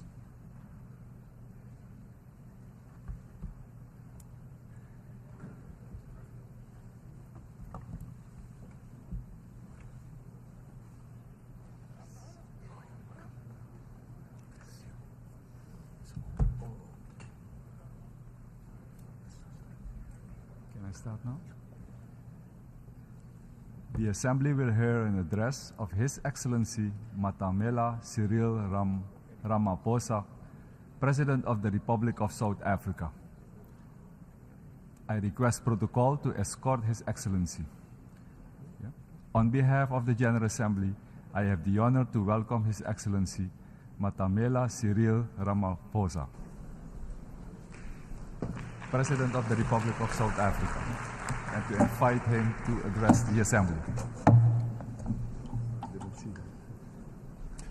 President of the 78th session of the UN General Assembly, the United Nations Secretary General, Mr. Antonio Guterres, Excellencies, Heads of State and Government, Ministers, and ladies and gentlemen.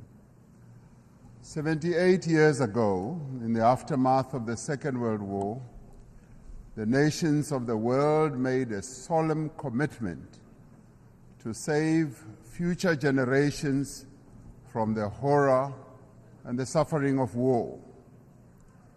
Through the United Nations Charter, these nations accepted a shared mandate to foster peace and promote fundamental human rights, to promote social progress, and to ensure that there's a better standard of life for all.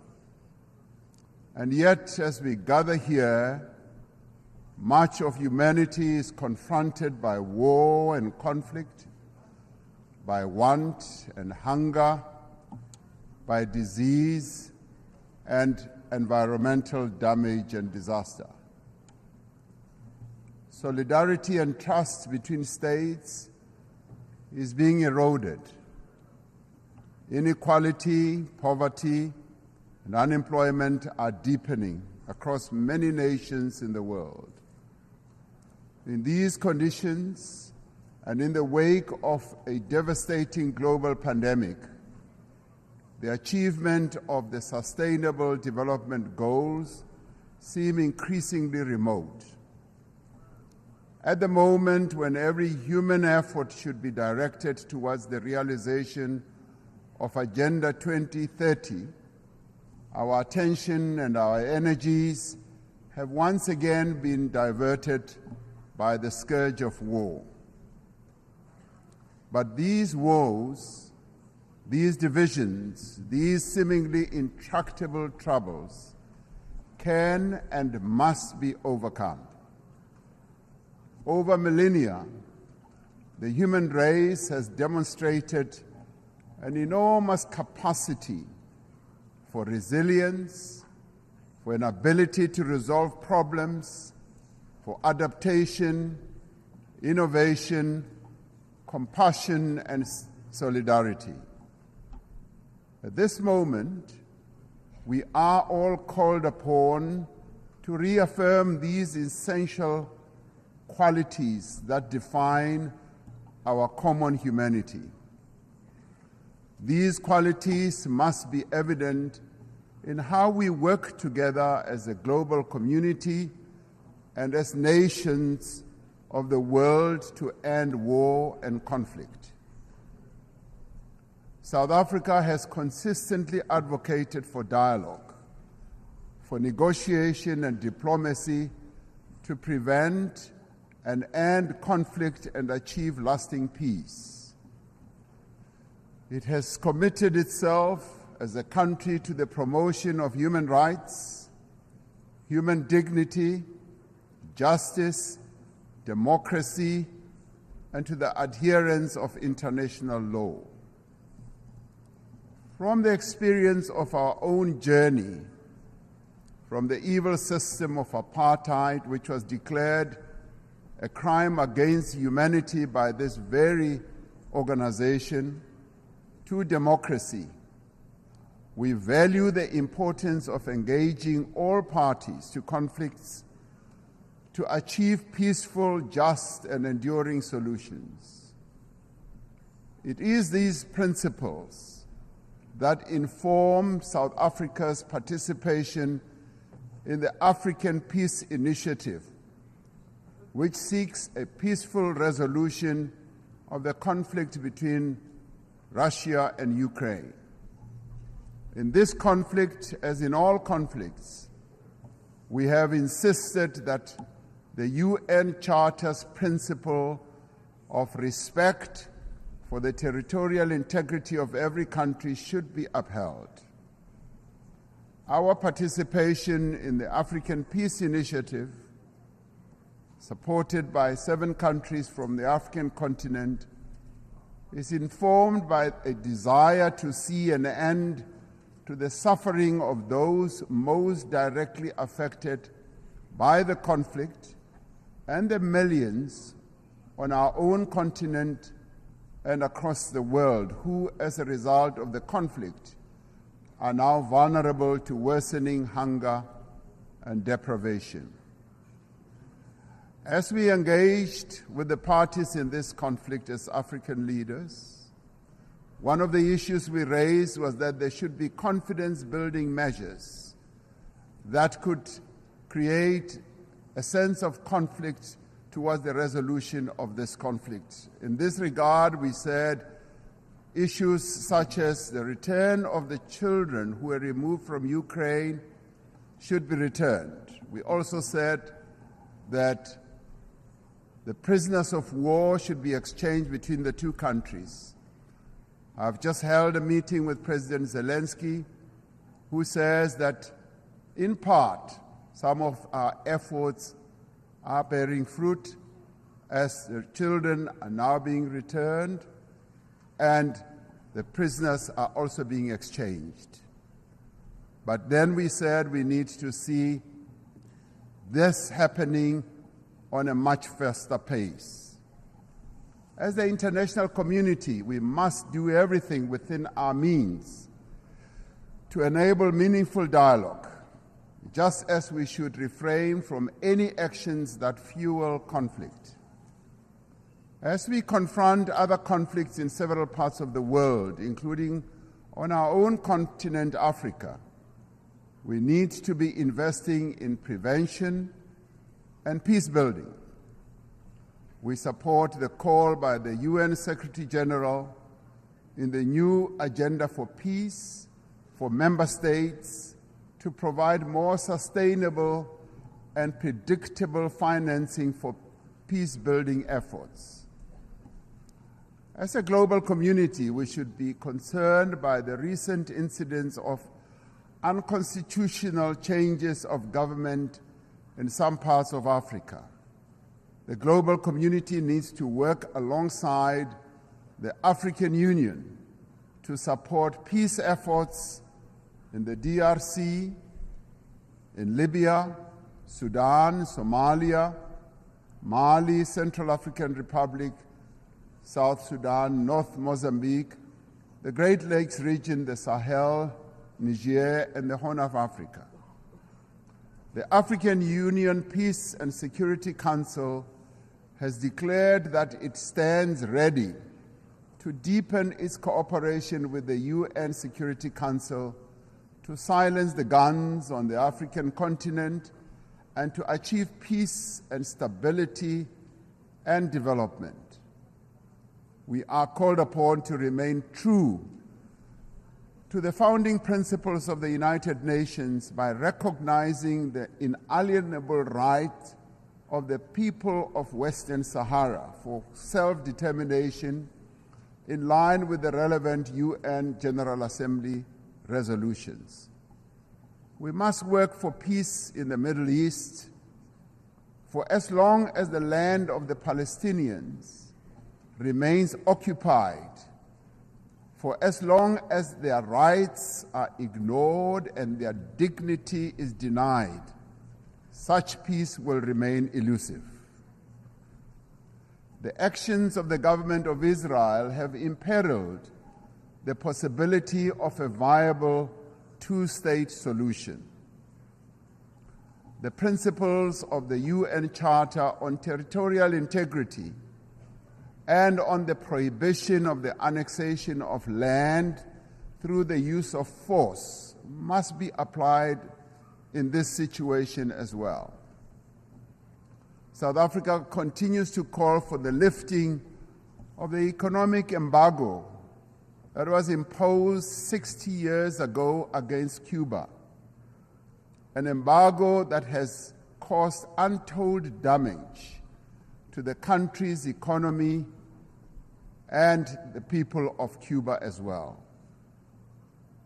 The sanctions that are also being applied against South Africa's neighbor, Zimbabwe, should also be lifted as they are imposing untold suffering on ordinary Zimbabweans, but also have a collateral negative impact on neighboring countries as well, such as my own country, South Africa.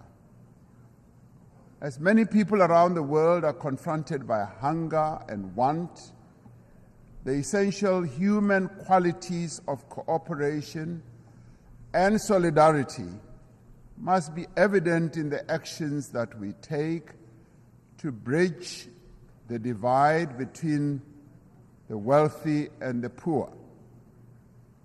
We must summon the necessary will and resolve to regain the momentum towards the achievement of the 2030 agenda. This means that we must address the fundamental developmental challenges that have long characterized as well our unequal world. To address the developmental challenges that face many people in the world, we are required to focus on targeted investments, on technology transfer, capacity building support, especially in key areas such as supporting industrialization, building infrastructure, ensuring that agriculture investment takes place, ensuring that there is investment in water, energy, education, and health.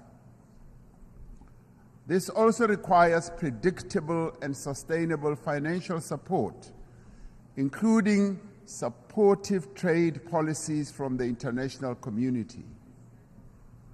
We call on the partners of the wealthier countries to meet the financial commitments they have made. It is a matter of great concern to us from the Global South that these wealthier countries in the Global North have failed to meet the undertakings they made to provide $100 billion a year for developing economies to take climate action. This must be changed, and the money must be made available in the interest of development.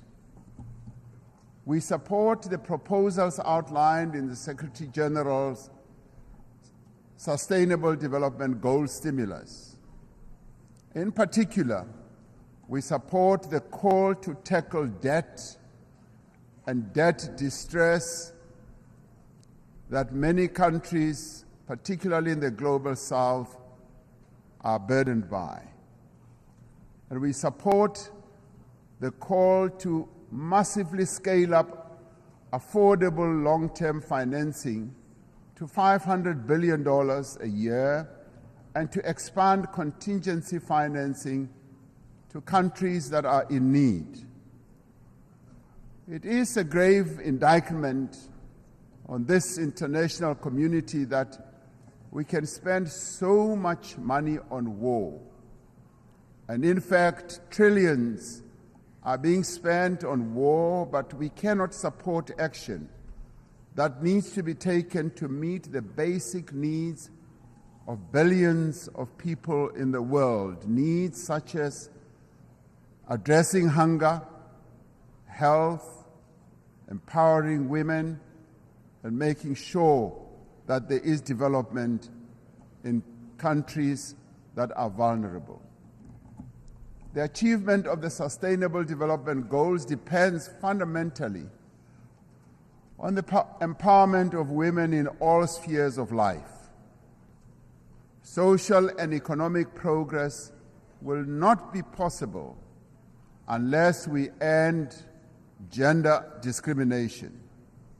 We must ensure that there is equal access for women to health care, education, as well as economic opportunities. We must pay particular attention to the provision of adequate health services to every woman, child, and adolescent. By doing so, we will fundamentally improve the health and well-being of all. The empowerment of women must be central to the actions we now take towards the realization of Agenda 2030. The women of the world need empowerment. They have a right to empowerment. They have a right also to participate equally in decision-making structures of all institutions in the world. I am proud that in South Africa, 50% of the members of the Cabinet of South Africa are women. And today I'm accompanied by an all-women delegation to this United Nations General Assembly. It should be a matter of concern to us all that the majority of people who are sitting in this assembly are men. The question we have to ask, where are the women of the world? The women of the world have a right to be here to represent the views of women across the world. The essential human qualities of innovation and adaptation must be evident in the actions we take to prevent the destruction of our planet. Africa is warming faster than the rest of the world. We are told that the 20 climate hotspots in the world that we have, we find 17 of them in Africa. Africa is least responsible for the climate damage that has been caused, and yet it bears the greatest burden. Centuries after the end of the slave trade, decades after the end of the colonial exploitation of Africa's resources, the people of our continent are once again bearing the cost of industrialization of the North and the development of the wealthy nations of the world. This is a price that the people of Africa are no longer prepared to pay. Many countries in the North count their assets in the mineral resources that are beneath the African soil. The wealth of Africa belongs to Africans. The mineral wealth that is beneath the soil of Africa must, in the end, accrue to Africans. We urge global leaders to accelerate the global decarbonization while pursuing equality and shared prosperity. We need to advance all three pillars of the Paris Agreement: mitigation, adaptation, and support, with equal ambition and urgency. African countries, alongside other developing economy countries, need increased financial support to both implement the 2030 Agenda and to achieve their climate change goals in a comprehensive and integrated manner. We need to operationalize the Loss and Damage Fund for vulnerable countries hit hard by climate disasters as agreed at COP27. Africa has embraced this challenge. Africa is determined to deploy smart, digital, and efficient green technologies to expand industrial production, to boost agricultural yields, to drive growth and create sustained employment for Africa's people. As the global community, we must ensure the essential qualities that define our humanity are evident in the institutions that manage the conduct of international relations.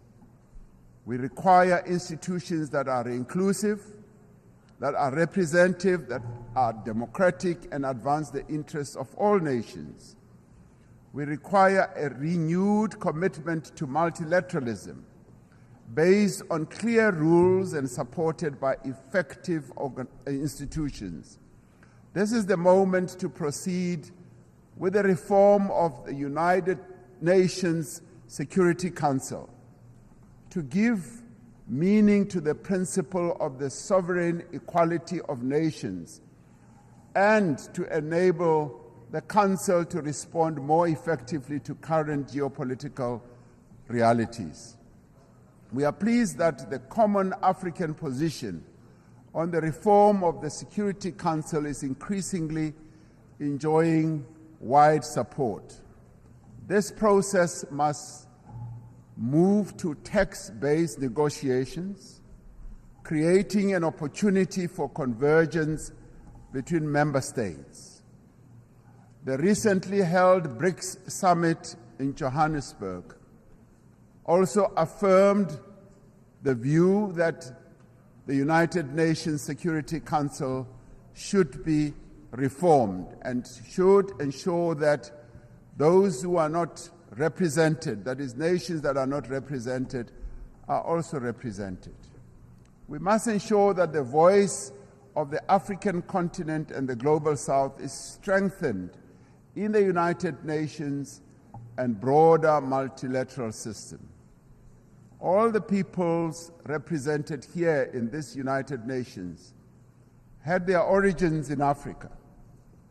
In Africa, they developed the tools and capabilities to spread across the world and achieved remarkable feats of development and progress. And all this was due to the skills and the talent that originated from the African continent.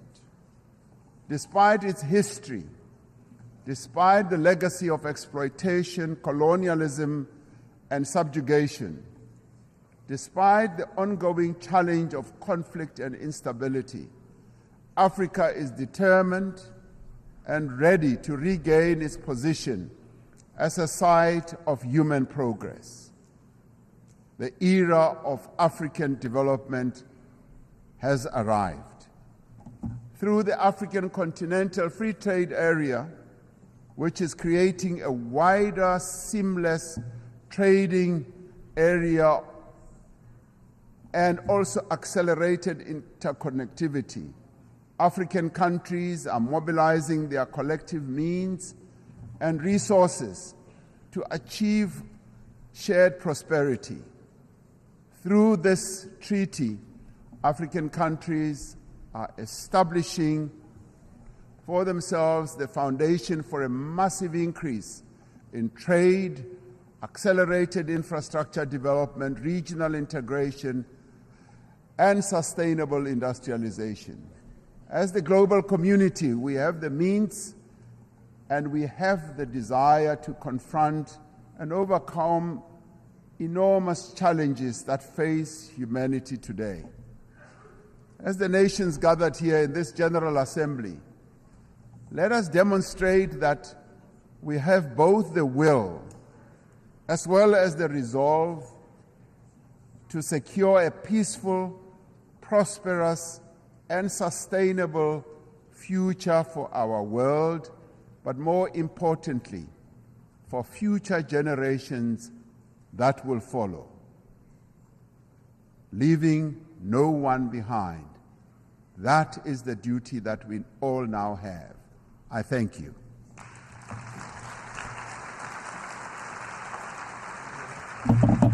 I wish to thank the President of the Republic of South Africa for the statement just made, and I request protocol to escort His Excellency.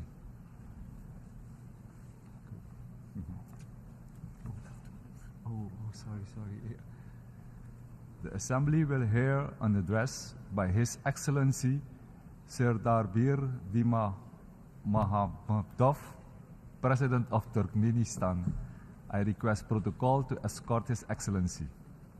On behalf of the General Assembly, I have the honor to welcome His Excellency Serdar Berdi Mohamedov, President of Turkmenistan, and to invite him to address the Assembly.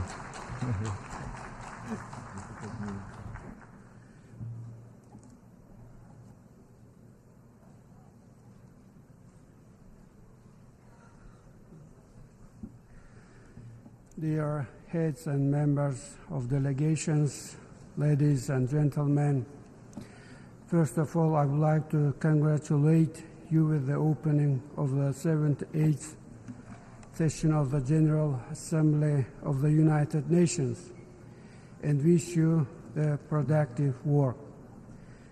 I would like to congratulate Dennis Francis with his election as the President of the General Assembly of the United Nations. Today, high responsibility should unite all member states of the United Nations. Each of them should and has the means to significantly contribute to the tackling of the tasks of the UN. Current world faces very serious challenges out of multiple reasons. All of them, despite their difference in appearance, influence the course of the interstate relations in a greater or lesser extent, and often negatively influence the implementation of agreed plans and programs on key areas of the global agenda. This, in turn, may lead to the blurring of the very foundation of global security as a principle of the UN, which should not be allowed. Out of this, Turkmenistan over several years firmly and persistently upholds the principle of unity, of security, and its integrity. We are convinced that military and political security should not be considered separately from economic, ecological, energy, transport, food, biological, and information security. None of those mentioned areas cannot be secondary or irrelevant, and their solution cannot be postponed.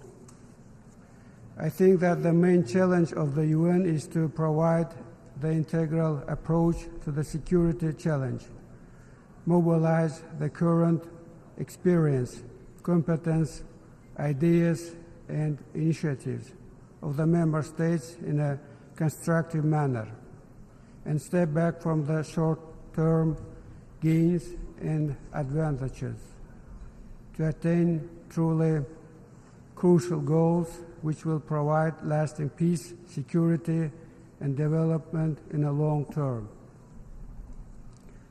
This could only be achieved collectively and with UN in the main role. Amid the discussions on the role of the UN in the current world and suggestions to reform, it is a fact that there is no alternative to the UN. From the day of its development, UN stands as the only universal and legitimate organization responsible for peacekeeping and providing global and comprehensive security and stable modern structure of the interstate relations. This is the principal position of Turkmenistan. And for this reason, we have to consistently and persistently make use of the potential of global organization, its political, diplomatic tools, and moral authority in order to make balanced, non-ideological assessment of current events and tendencies, and to overcome the distrust and confrontational tensions in the world politics, and try to indicate the perspectives to compromise and to consider mutual interests. It is only possible under the auspices of UN in an open and genuine dialogue. We are aware that achieving this kind of dialogue will not be easy. However, it is necessary. On this regard, Turkmenistan proposes to begin discussing the opportunities of the development of the strategy of global security based on the principles of the Charter of the UN and universal standards of international law, considering the current realities and tendencies of global development. In our opinion, such strategy should reflect the existence of new risk factors which appeared recently, along with traditional risk factors. Also, we consider it necessary to include a number of areas of the UN into it, in particular, preventive diplomacy as the instrument to prevent and diffuse conflicts, usage of the potential of neutrality for peaceful and political diplomatic settlement of disputes and contradictions, recovery of the structure of trustful dialogue based on the decisions of the General Assembly of the UN, and declaring 2021 as the International Year of Peace and Trust, and 2023 as the International Year of Dialogue as guarantee of peace. Time confirmed the relevance of these resolutions in current situations.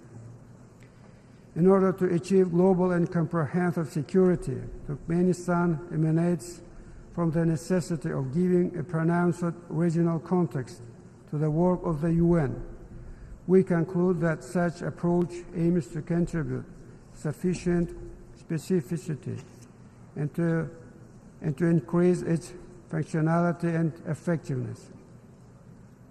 I am convinced that the time has come to launch an inclusive, full format and systematic dialogue between Central Asia and UN. Turkmenistan respectfully invites partners to its initiations.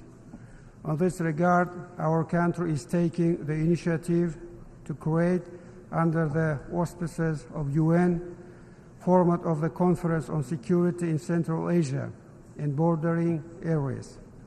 Goal of the conference is the development of approaches and decisions aimed in aligning and synchronizing the efforts of the Central Asian states and global community, international organizations, financial and economic institutions to provide stable, conflict-free development of the region. We express our readiness to host the first conference in Ashgabat in 2024. Dear participants, among the key areas of the work of the UN in coming years, Turkmenistan considers the addressing of urgent climate and ecological issues. Among them, we highlight the issues regarding global methane pledge.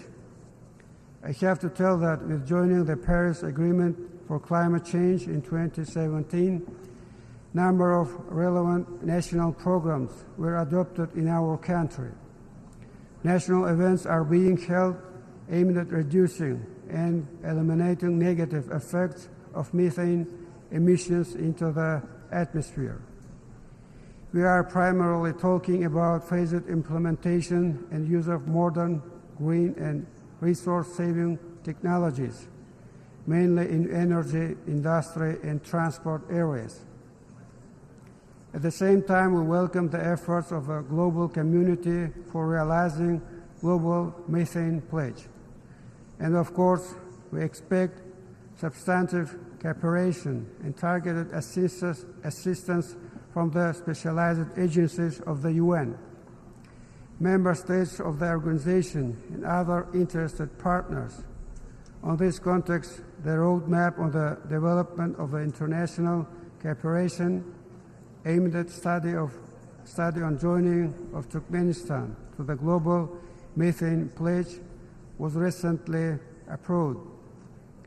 Soon we will send this document to the UN Secretariat. Overall, I believe that the time has come for the UN to pay close and effective attention to the ecological issues in Central Asia, overcome certain delays in addressing them, and begin taking targeted and specific actions to create a coherent ecological strategy of the UN regarding the region with near 80 million population, covering a vast area with its unique natural resources and biodiversity, and at the same time located at the region with serious ecological risks. As a significant step to take a strategic approach in ecological issues of Central Asia, Turkmenistan is proposing the establishment of a specialized agency, Regional Center for Technologies related to climate change in Central Asia, which will work substantially and systematically on the topic of climate. We are ready to offer organizational and technical terms for the functioning of such center in the capital city of Turkmenistan, Ashgabat. Central Asia, region adjoining the Caspian Sea.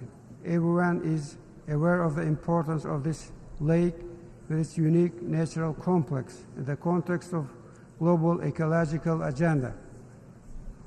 As a result of active and respectful long-term cooperation of coastal countries, the key principles of politics on the Caspian were developed, including the Convention on the Legal Status of the Caspian Sea. Last summer, on the Sixth Caspian Summit in Turkmenistan, all the participants firmly affirmed their readiness for tight cooperation on ecological issues. I believe that it gives a good opportunity for the beginning of wide, systematic interaction of coastal countries with the UN. On this regard, Turkmenistan is proposing the creation of the Caspian Ecology Initiative, which will be aimed at becoming a platform for substantive and professional interaction on a wide range of issues associated with environmental protection of the Caspian, preserving its biological resources, and tackling of the several pressing ecological issues. We think that the realization of this initiative should be done with the tight cooperation with the UN, its agencies and institutions. Dear participants, as a responsible member state of the UN, Turkmenistan clearly formulates and implements its own approaches and actions by defining the priorities which will make a tangible contribution and serve for the benefit of global goals, facilitating their early achievement. Among those priorities, we highlight the realization of SDGs in transport area. As you know, Turkmenistan initiated the creation of effective international platforms on this important area. Let me mention the first ever global conference on sustainable transport, which was successfully held in Ashgabat in 2016. Also, the ministerial meeting of the landlocked developing countries, which was organized last summer with the cooperation of the UN in Turkmenistan. We are proud that purposeful work of Turkmenistan was marked by the adoption of 6 resolutions on transport by the General Assembly in recent years, which were initiated by Turkmenistan. Among the recent ones, resolution on the World Sustainable Transport Day, which was adopted in May. We thank all the member states for support of the document. On this regard, relying on the state of the resolution, Turkmenistan is proposing to convene a high-level meeting within current session on occasion of the World Sustainable Transport Day. We hope for the assistance of relevant UN agencies in organizing this event in New York. The important area of the work of Turkmenistan in achieving the SDGs is maximizing assistance to the UN in addressing the food issue. COVID-19, along with other adverse factors, has exposed the weakness of the countries where this issue is unsolved and where the population doesn't get proper nutrition. Unity, integrity, and determination is necessary when addressing the issues related to the access of countries and regions of the food resources, guaranteed proper nutrition as an integral part of human rights, and a key factor of health and normal physical development, especially for children. It is obvious that it needs groundbreaking decisions and new approaches which will overcome political, ideological, and conjunctural barriers. Consequently, Turkmenistan comes forward with an initiative to convene a major international forum on food security with the cooperation of World Food Programme, World Health Organization, and United Nations Children's Fund under the auspices of UN. We express our readiness to provide terms for holding such an event in the capital city of Turkmenistan within the agreed time frame. Dear participants, dear heads and members of delegations, next year in Turkmenistan and far beyond its border, including the UN, will celebrate the 300th anniversary of prominent son of the Turkmen nation, poet, philosopher, and public figure, Maktumuli Paraguay. Whole humanity honors the memory of him and pays due respect to the great humanitarian who majorly contributed not only to the world literature, but also to the development of Eastern civilization and of the whole world. And I would like to conclude with an excerpt from the poem of Maktumuli, Call to the Humanity, in which he addresses his fellows and descendants these life-affirming lines: no matter asleep or awake, who will be loyal to his intentions. Let the loyalty to the creative thoughts, ideals of peace, justice, and progress serve as a main and clear guide in our joint work. Thank you very much. On behalf of the Assembly, I wish to thank the President of Turkmenistan for the statement made, and I request protocol to escort His Excellency.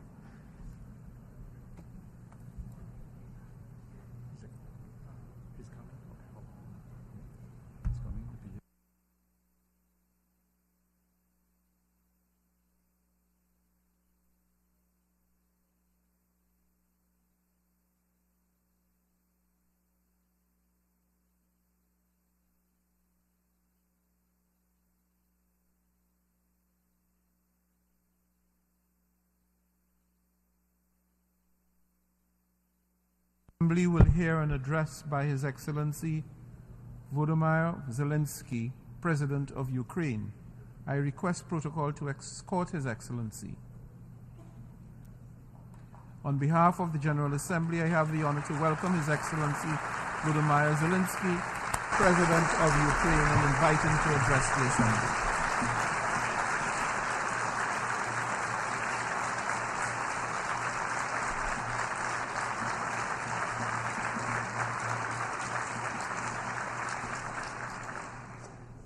Thank you very much.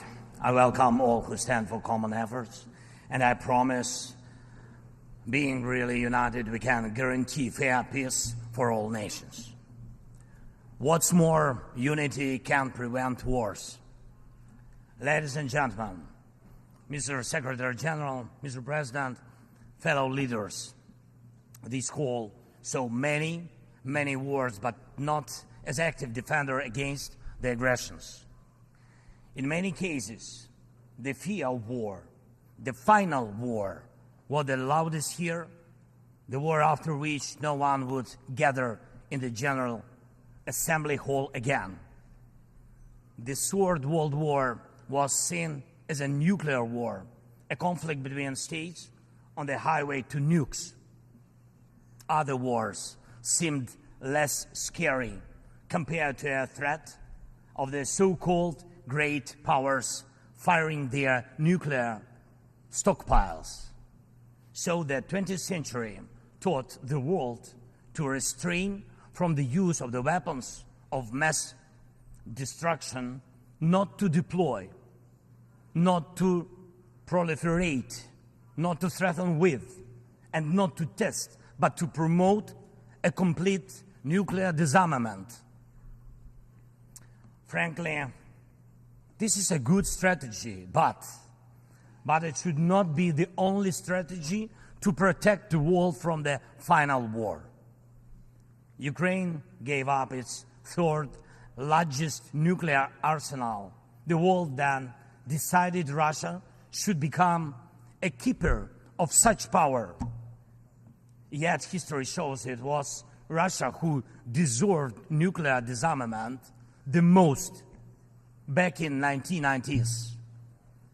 And Russia deserves it now. Terrorists have no right to hold nuclear weapons. No right. But truly, not the nukes are the scariest now. While nukes remain in place, the mass destruction is gaining its momentum. The aggressor is weaponizing many other things, and those things are used not only against our country, but against all of yours as well. Fellow leaders, there are many conventions that restrict weapons, but there are no real restrictions on weaponization. First, let me give you an example. The food. Since the start of the full-scale war, the Ukrainian ports in the Black and Azov Seas have been blocked by Russia. Until now, our ports on the Danube River remain the target for missiles and drones. And it is a clear Russia's attempt to weaponize the food shortage on the global market in exchange for recognition for some, if not all, of the captured territories. Russia is launching the food prices as weapons. The impact spans from the Atlantic coast of Africa to the Southeast Asia, and this is the threat scale.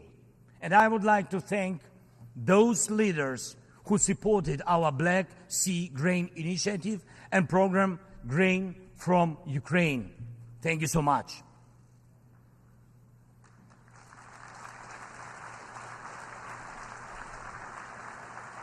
United, we made weapons turn back into food again. More than 45 nations saw how important it is to make Ukrainian food products available on the market, from Algeria to Spain to Indonesia and China. And even now, when Russia has undermined the Black Sea Grain Initiative, we are working to ensure food stability. And I hope that many of you will join us in these efforts. We launched a temporary sea export corridor from our ports, and we are working hard to preserve the land routes for grain exports. And it is alarming to see how some in Europe, some our friends in Europe, play out solidarity in political theater, making thriller from the grain. And they may seem to play their own role, but in fact, they are helping set the stage to a Moscow actor. Second, weaponization of energy. Many times the world has witnessed Russia using energy as a weapon. Kremlin weaponized oil and gas to weaken the leaders of other countries when they came to the Red Square. And now this threat is even greater. Russia is weaponizing nuclear energy. Not only it is spreading its unreliable nuclear power plant construction technologies, but it is also turning other countries' power plants into real dirty bombs. Look, please, what Russia did to our Zaporizhia power plant. Shelled it, occupied it, and now blackmails others with radiation leaks. Is there any sense to reduce nuclear weapons when Russia is weaponizing nuclear power plants? Scary question. The global security architecture offers no response or protection against such a treacherous radiation threat, and there is no accountability for radiation blackmailers so far. The short example is children. Children. Unfortunately, various terrorist groups abduct children to put pressure on their families and societies. But never before the mass kidnapping and deportation would become a part of the government policy. Not until now. We know the names of tens of thousands of children and have evidence on hundreds of thousands of others kidnapped by Russia in the occupied territories of Ukraine and later deported. The International Criminal Court issued arrest warrants for Putin for this crime. And we are trying to get children back home. But time goes by. What will happen with them? What will happen to them? Those children in Russia are taught to hate Ukraine, and all ties with their families are broken. And this is clearly a genocide. When hatred is weaponized against one nation, it never stops there. Each decade, Russia starts a new war. Parts of Moldova and Georgia remain occupied. Russia turned Syria into ruins. And if not Russia, the chemical weapons would have never been used there in Syria. Russia has almost swallowed Belarus. It is obviously threatening Kazakhstan and other Baltic states. And the goal of the present war against Ukraine is to turn our land, our people, our lives, our resources into a weapon against you, against the international rules-based order. Many seats in the General Assembly Hall may become empty if Russia succeeds with its treachery and aggression. Ladies and gentlemen, the aggressor scatters deaths and brings ruins even without nukes, but the outcomes are alike. We see towns, we see villages in Ukraine wiped out by Russian artillery, leveled to the ground completely. We see the war of drones. We know the possible effects of spreading the war into the cyberspace. The artificial intelligence could be trained to combat well before it would learn to help the humanity. Thank God, people have not yet learned to use climate as a weapon. Even though humanity is failing on its climate policy objectives, this means that extreme weather will still impact the normal global life, and some evil state will also weaponize its outcomes. And when people in the streets of New York and other cities of the world went out on climate protests, we all have seen them.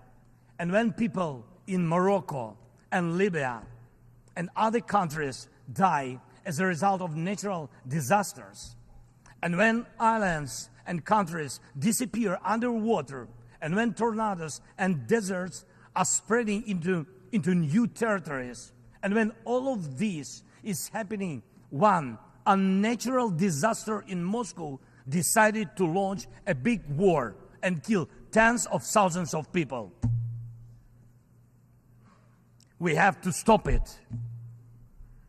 We must act united to defeat the aggressor and focus all our capabilities and energy on addressing these challenges. As nukes are restrained, likewise the aggressor must be restrained, and all his tools and methods of war. Each war now can become final, but it takes our unity to make sure that aggression will not break in again.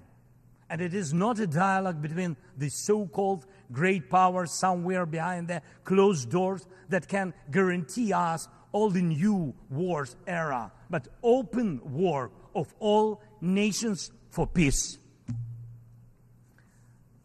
Last year, I presented the outlines of the Ukrainian peace formula at the UN General Assembly.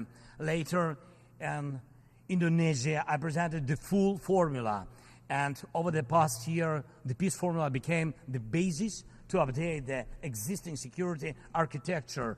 Now we can bring back to life the UN Charter and guarantee the full power for the rules-based world order. And tomorrow, I will present the details at a special meeting of the UN Security Council. The main thing is that it is not only about Ukraine. More than 140 states and international organizations have supported the Ukrainian peace formula fully or in part. The Ukrainian peace formula is becoming global. Its points offer solutions and steps that will stop all forms of weaponization that Russia used against Ukraine and other countries and may be used by other aggressors. Look, for the first time in modern history, we have a real chance to end the aggression on the terms of the nation which was attacked. And this is a real chance for every nation to ensure that aggression against your state, if it happens, God forbid, will end, not because your land will be divided and you will be forced to submit to military or political pressure, but because your territory and sovereignty will be fully restored. We launched the format of meetings between national security advisors and diplomatic representatives. Important talks and consultations were held in Hiroshima, in Copenhagen, and in Jeddah on the implementation of the peace formula. And we are preparing a global peace summit. And please, I invite all of you who do not tolerate any aggression to jointly prepare the summit. And I am aware of the attempts to make some shady dealings behind the scenes. Evil cannot be trusted. Ask Prigozhin if one bets on Putin's promises. Please, hear me. Let unity decide everything openly. While Russia is pushing the world to the final war, Ukraine is doing everything to ensure that after Russian aggression, no one in the world will dare to attack any nation. Weaponization must be restrained. War crimes must be punished. Deported people must come back home. And the occupier must return to their own land. We must be united to make it, and we'll do it. Slava Ukraini!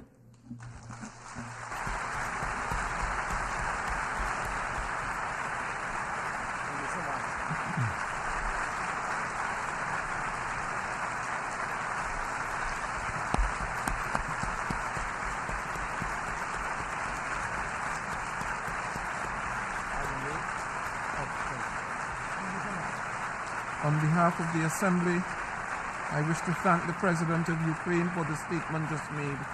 and request protocol to escort His Excellency.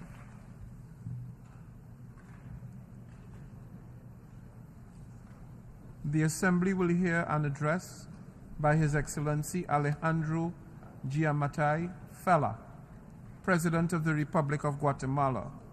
I request protocol to escort His Excellency.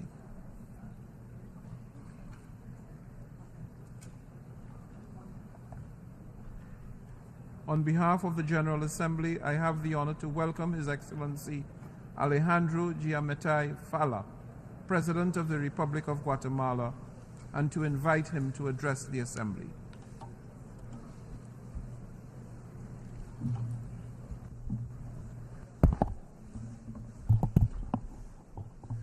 Excelentísimos, Presidente de la Asamblea General, Secretario General de la Organización de las Naciones Unidas, señoras y señores jefes de Estado y de Gobierno, señoras y señores ministros de Relaciones Exteriores, honorables delegados, señoras y señores, quiero agradecer la labor del presidente del 77º periodo de sesiones y felicitar al presidente de este periodo de sesiones, el señor Denis Francis, aplaudiendo el tema adoptado para esta sesión sobre la necesidad de reedificar la confianza entre las naciones y hacer frente a las amenazas a la paz, la prosperidad y el progreso de los pueblos de las Naciones Unidas. Nos enfrentamos hoy a un momento sin precedentes. Desde hace más de un año y medio hemos observado con horror la guerra iniciada por la Federación Rusa en contra de Ucrania, la cual infringe los principios más elementales sobre los que se basó el orden internacional después de la Segunda Guerra Mundial. Señores delegados, ¿y saben qué es lo peor? Que parece que nos hemos acostumbrado. Nos hemos acostumbrado a las flagrantes violaciones a los derechos humanos en Ucrania, a la guerra, a la muerte, y peor aún, en lugar de enfrentar eso, nos hemos acostumbrado a voltear a ver a otro lado ante una triste y cruda realidad que pretendemos ignorar. Eso nos ha conducido a la desconfianza entre los seres humanos, a la desigualdad entre las naciones, al no respeto a los acuerdos de paz, y bajo esta realidad, la prosperidad y el progreso del ser humano son imposibles. Hoy, aquí, delante de ustedes, declaro que esta organización no es la más activa. Tenemos inseguridad alimentaria, muertes por guerra, grandes migraciones, entre otros múltiples problemas. Por eso hay que hacerla funcionar. Debemos trabajar entre todos. Necesitamos una organización renovada que busque soluciones, pero sobre todo necesitamos países que estén dispuestos a superar sus posiciones ideológicas, dispuestos a superar sus conflictos ancestrales. Este es el momento en que los seres humanos, representados en sus pueblos, estrechen sus manos, estén dispuestos a compartir sus riquezas, invirtiendo en los países que necesitan poder generarlas para sobrevivir. Se trata de salvar la raza humana, se trata de salvar al planeta, se trata de tener futuras generaciones que vivan en paz y desarrollo.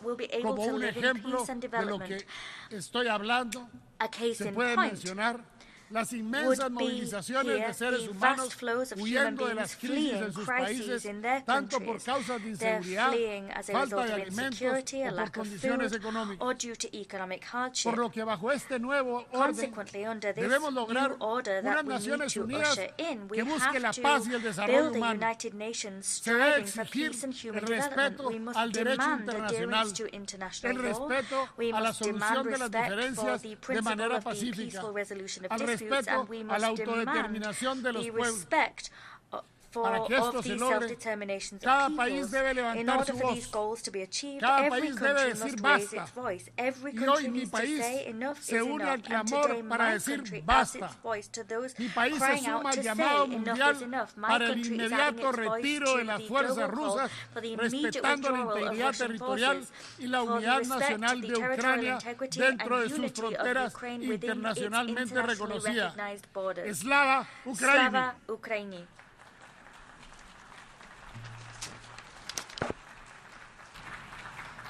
Señor presidente, el desarme y la no proliferación de las armas nucleares, así como la utilización de la energía nuclear para fines pacíficos, es uno de los pilares más importantes de la organización. Como Estado parte del Tratado de Tlatelolco, el Tratado de No Proliferación Nuclear y el Tratado para la Prohibición de las Armas Nucleares, mi país está profundamente comprometido con el objetivo común de un mundo libre de armas de destrucción masiva. Imagínense ustedes la catástrofe que sería para el mundo si la agresión ilegal y no provocada de la Federación Rusa destruyese la central de generación nuclear de Zaporizhzhia, la más grande central nuclear de Europa, que está en peligro, su integridad y funcionamiento, y que puede ocasionar un desastre de proporciones inconmensurables. Es por eso que reitero la posición de Guatemala como un país respetuoso de la no proliferación de las armas nucleares y exijo a todos los países poseedores de armas nucleares, incluidos los 5 miembros permanentes del Consejo que maneja la paz y la seguridad de esta organización, que se sienten y con franqueza logren el desarme nuclear total del mundo. Señor presidente, Señor presidente, Guatemala contribuye al mantenimiento de la seguridad internacional a través de su participación activa en las operaciones de mantenimiento de la paz. Como país promotor de la paz, Guatemala se ha comprometido con las Naciones Unidas para desplegar oficiales guatemaltecos que nos posicionan como el cuarto contribuyente de tropas más importante de las Américas. Señor presidente, reiteramos nuestro firme compromiso y solidaridad para el desarrollo y prosperidad del pueblo haitiano, que está en riesgo por una crisis multidimensional de carácter político, seguridad interna, falta de desarrollo y la crisis humanitaria que atraviesa. Como comunidad internacional debemos reaccionar y atender las catástrofes antes de que sean aún más lamentables.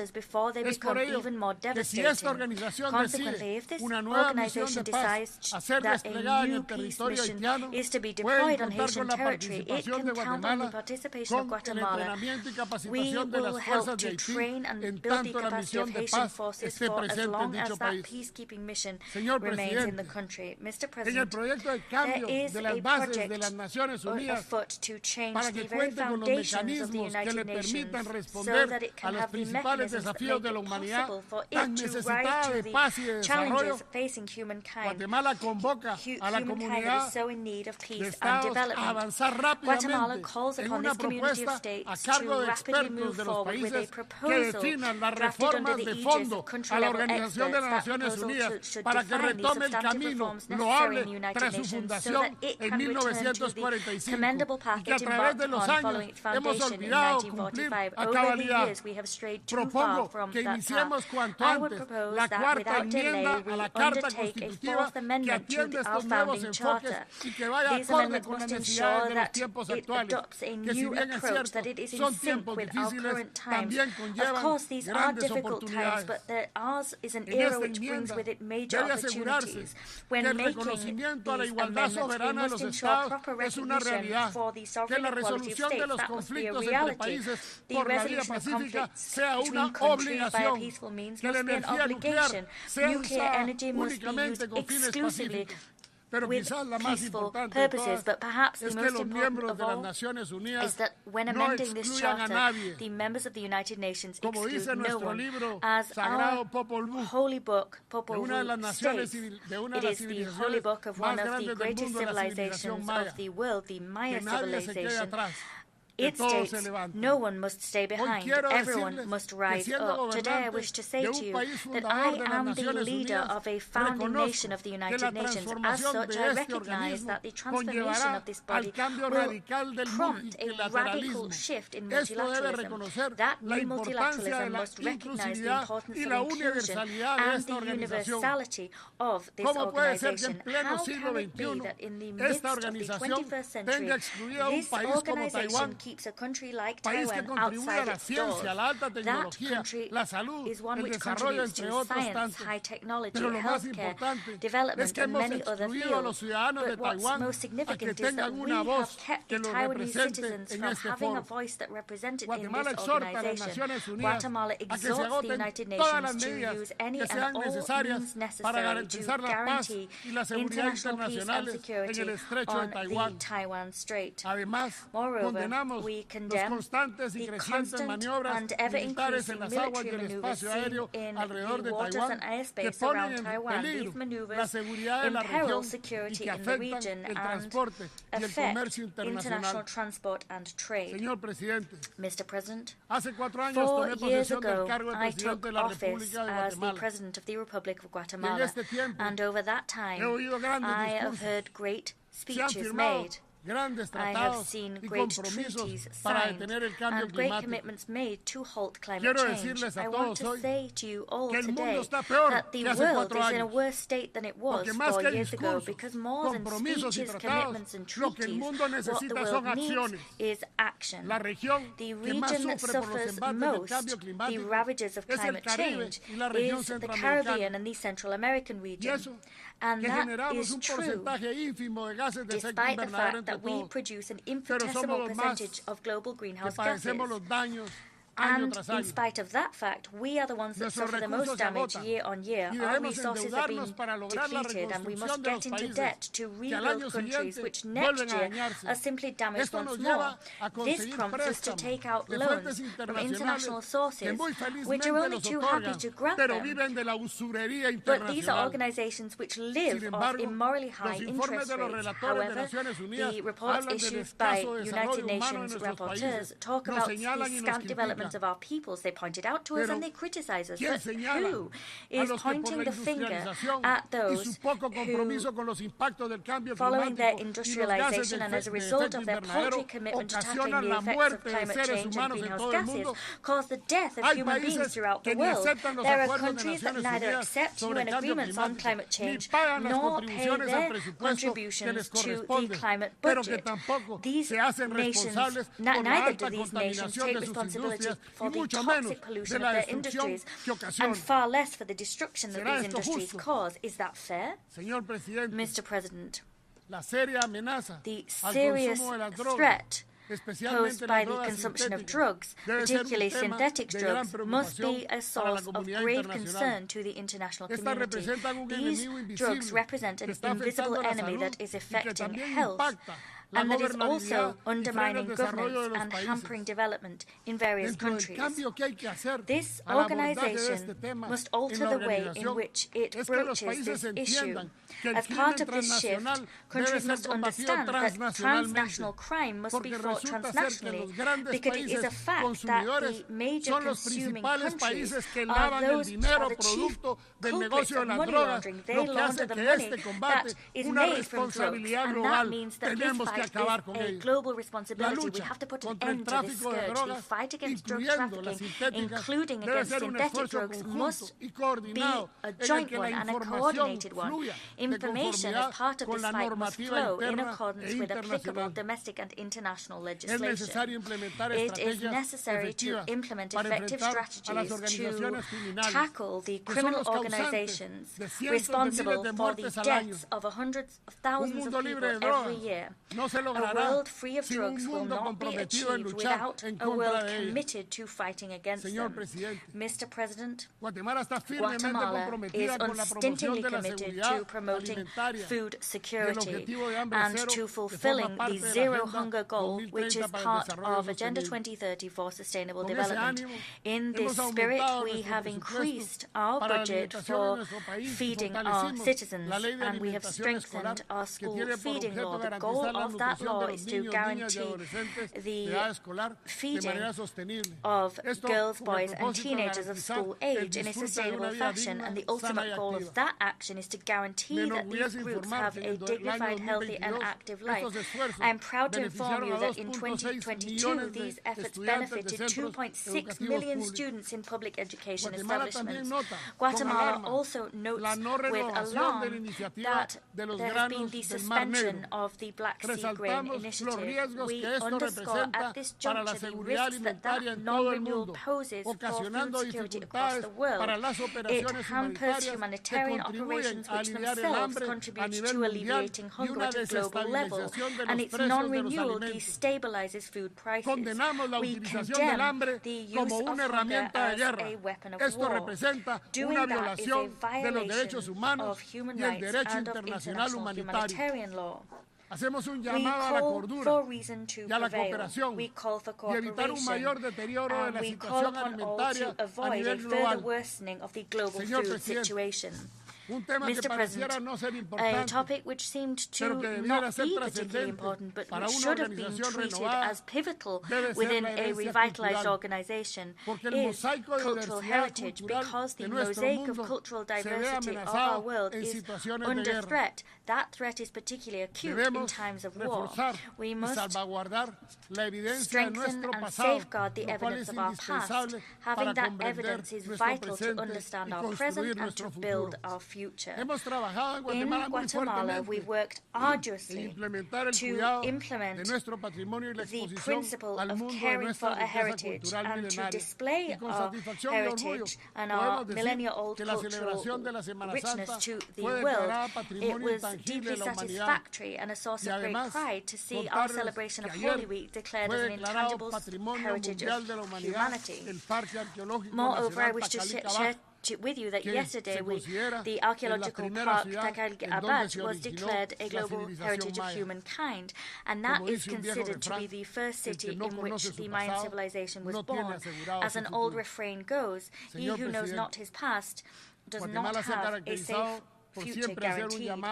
Mr. President, Guatemala has long distinguished itself as a country calling for the respect of the peaceful coexistence and the coexistence of international law and the respect of sovereignty as two principles.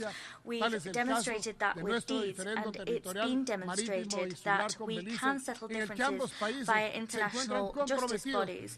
And that's the case with our territorial, maritime and land dispute with Belize. Both countries are committed to resolving that peacefully and respectively, in line with any decision made by the ICJ. Dear friends, the goodwill between parties has been shown clearly between Belize and Guatemala, and that's an example of how you can peacefully resolve a dispute via international justice. And that pathway stands in stark contrast to international war brought about by the foolishness of human beings. Mr. President, Guatemala recognizes that one of the gravest and most alarming threats to life and freedom in our times is human trafficking. That is not only a despicable practice which violates human rights, but it's a real crime against humanity, one which violates the most fundamental values that we cling to as a community of nations. The trafficking in persons is a crime linked to slavery, bearing in mind that trafficking involves the buying and selling of human beings that should be able to live in freedom as part of a fundamental right to life. Consequently, in absolutely unequivocal terms, my country condemns this crime, and in this spirit we've adopted a series of legal and political measures to suppress that phenomenon. We have a public policy in place against the violence, exploitation and trafficking in persons that harmonizes and enhances state-level action to guarantee the protection of the victims of trafficking in persons as well as their comprehensive care. Moreover, our laws promote the prevention, detection, prosecution and punishment of those responsible for this abhorrent crime. In this same vein, we have a policy for the comprehensive protection of children and adolescents. That policy is focused on guaranteeing the holistic development of girls, boys and adolescents and ensuring that development is inclusive and equitable. That policy was adopted in 2022 and it now is an umbrella for 90 programs within the executive that aim to ensure development for the human beings from cradle to grave. Through these various initiatives, Guatemala is seeking to distinguish itself as a leader in the fight against trafficking in persons. We have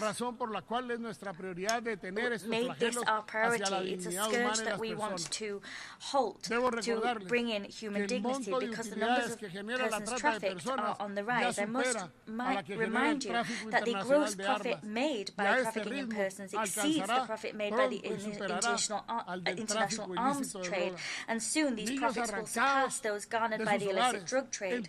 Children are snatched from their homes, they're handed over to gangs that prostitute them, and then, once they've ceased to be fresh meat for those criminals, they are butchered and their organs are sold for transplants.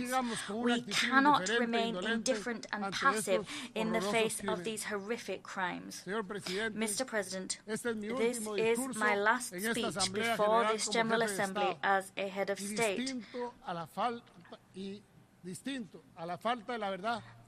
And contrary to the supposed truths we've heard from this podium today, I will hand over power to the person who was elected as a result of who will be elected in the elections on the 14th of January.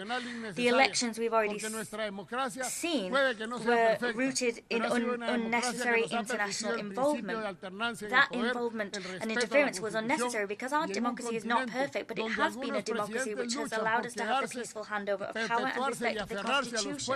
And we have a continent where some presidents fight to stay and cling to their jobs, and they allow re-elections which go against their own constitutions, but we have remained faithful to our Constitution and the principle of democratic handover every 4 years. I now wish to conclude. The United Nations is facing the greatest challenges of its time. We have challenges in front of it which require us to be strong. We need to remain united. We need to be ready for action.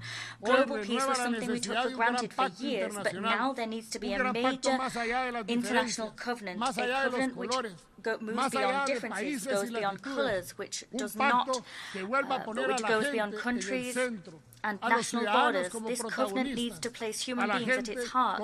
Citizens need to be the front runners. People and protecting them should be our ultimate goal. We need to halt wars. That seems a pipe dream today. Today, we have a major imperative to heed. But whatever you may believe, let us fight for peace. Wherever you may be, let us fight for peace. Whatever your situation, let us fight for peace. If we don't do that, we'll one day wake up and we'll have been invaded or killed by others. That's why we must stand united. We must strive so that one day we can, as citizens of the world, wake up in a climate of peace, progress and development. I thank you.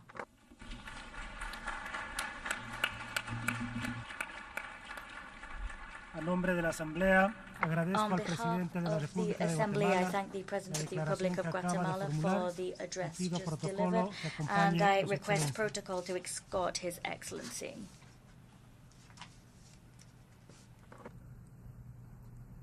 La Asamblea escuchará ahora the Assembly will now hear an address by Her Excellency Katalin Novak, President of Hungary.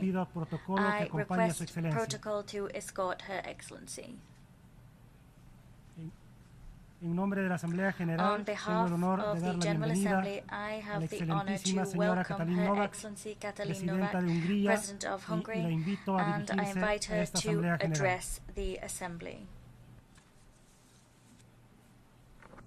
Of the people, by the people, for the people. We all know the most famous words of the Gettysburg Address. However, fewer people know that Abraham Lincoln borrowed these words from one of the greatest Hungarians, Lajos Kossuth, the leader of our 1848 War of Independence, who was born on this very day, the 19th of September.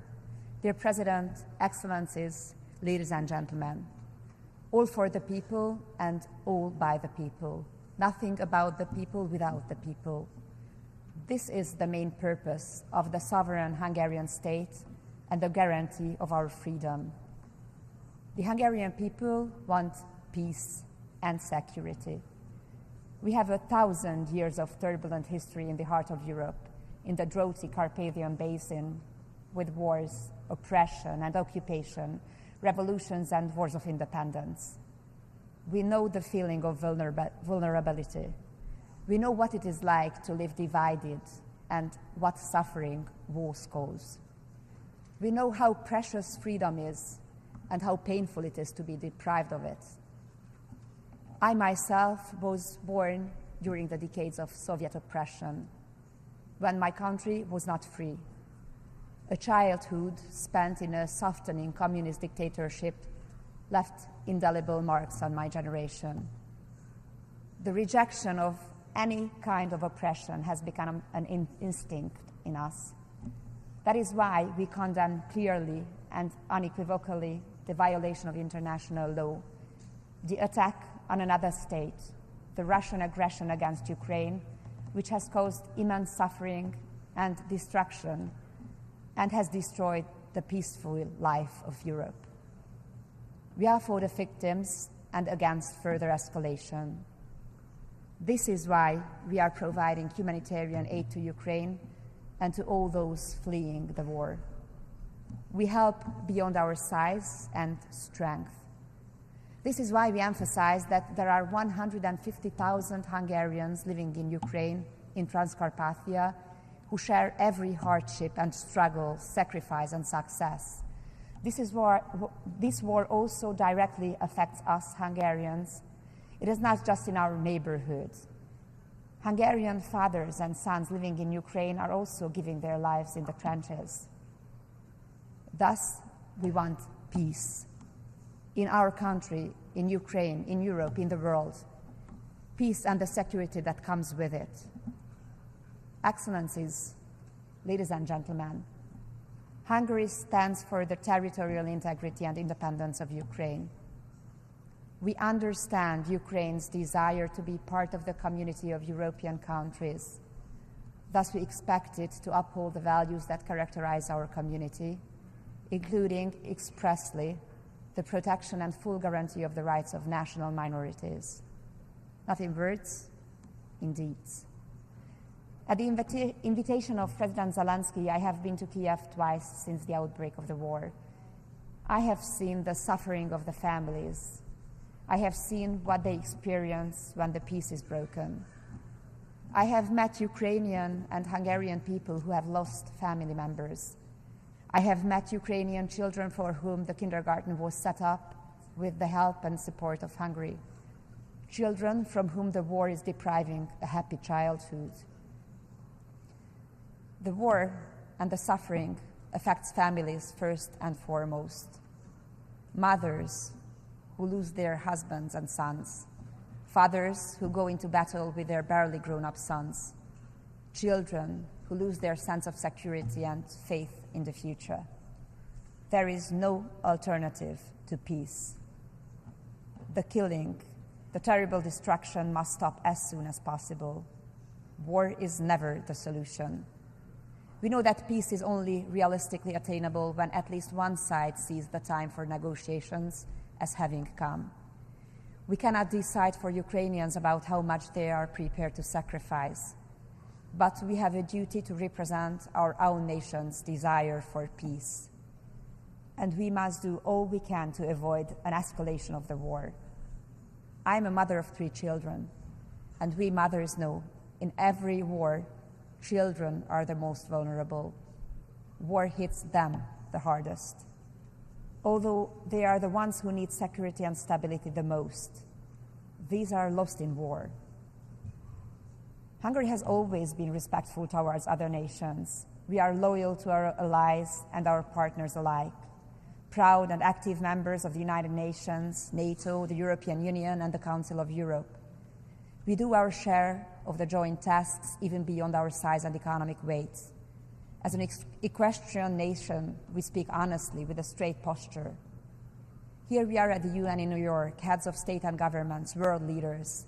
We have come together as we do every year in the United Nations, created by our ancestors' desire for peace, demand a ceasefire and a just peace. Excellencies, ladies and gentlemen, of the people, by the people, for the people, I would also like to take this opportunity to send a message to the world from young Hungarians. I have asked our youth delegates, the youth delegate of Hungary to the United Nations, Csenge Offenbacher, who is here with us today, to help us articulate the message of Hungarian youth. This is the sentence they gave me. Today, we need solidarity with each other more than ever. So young people feel that we must look out for each other, that we must not let go the hands of others reaching out towards us. Excellencies, ladies and gentlemen, this spring in Hungary, Budapest, in the nation's main square, the square named after the aforementioned Lajos Kossuth, Pope Francis prayed in the presence of tens of thousands of people with the following words: pour into the hearts of the leaders of men and of peoples the desire to build peace, to offer to future generations a future of hope, not war, a future of cradles, not graves. The 5th Budapest Demographic Summit, the most important international forum on demographic issues, was concluded 3 days ago.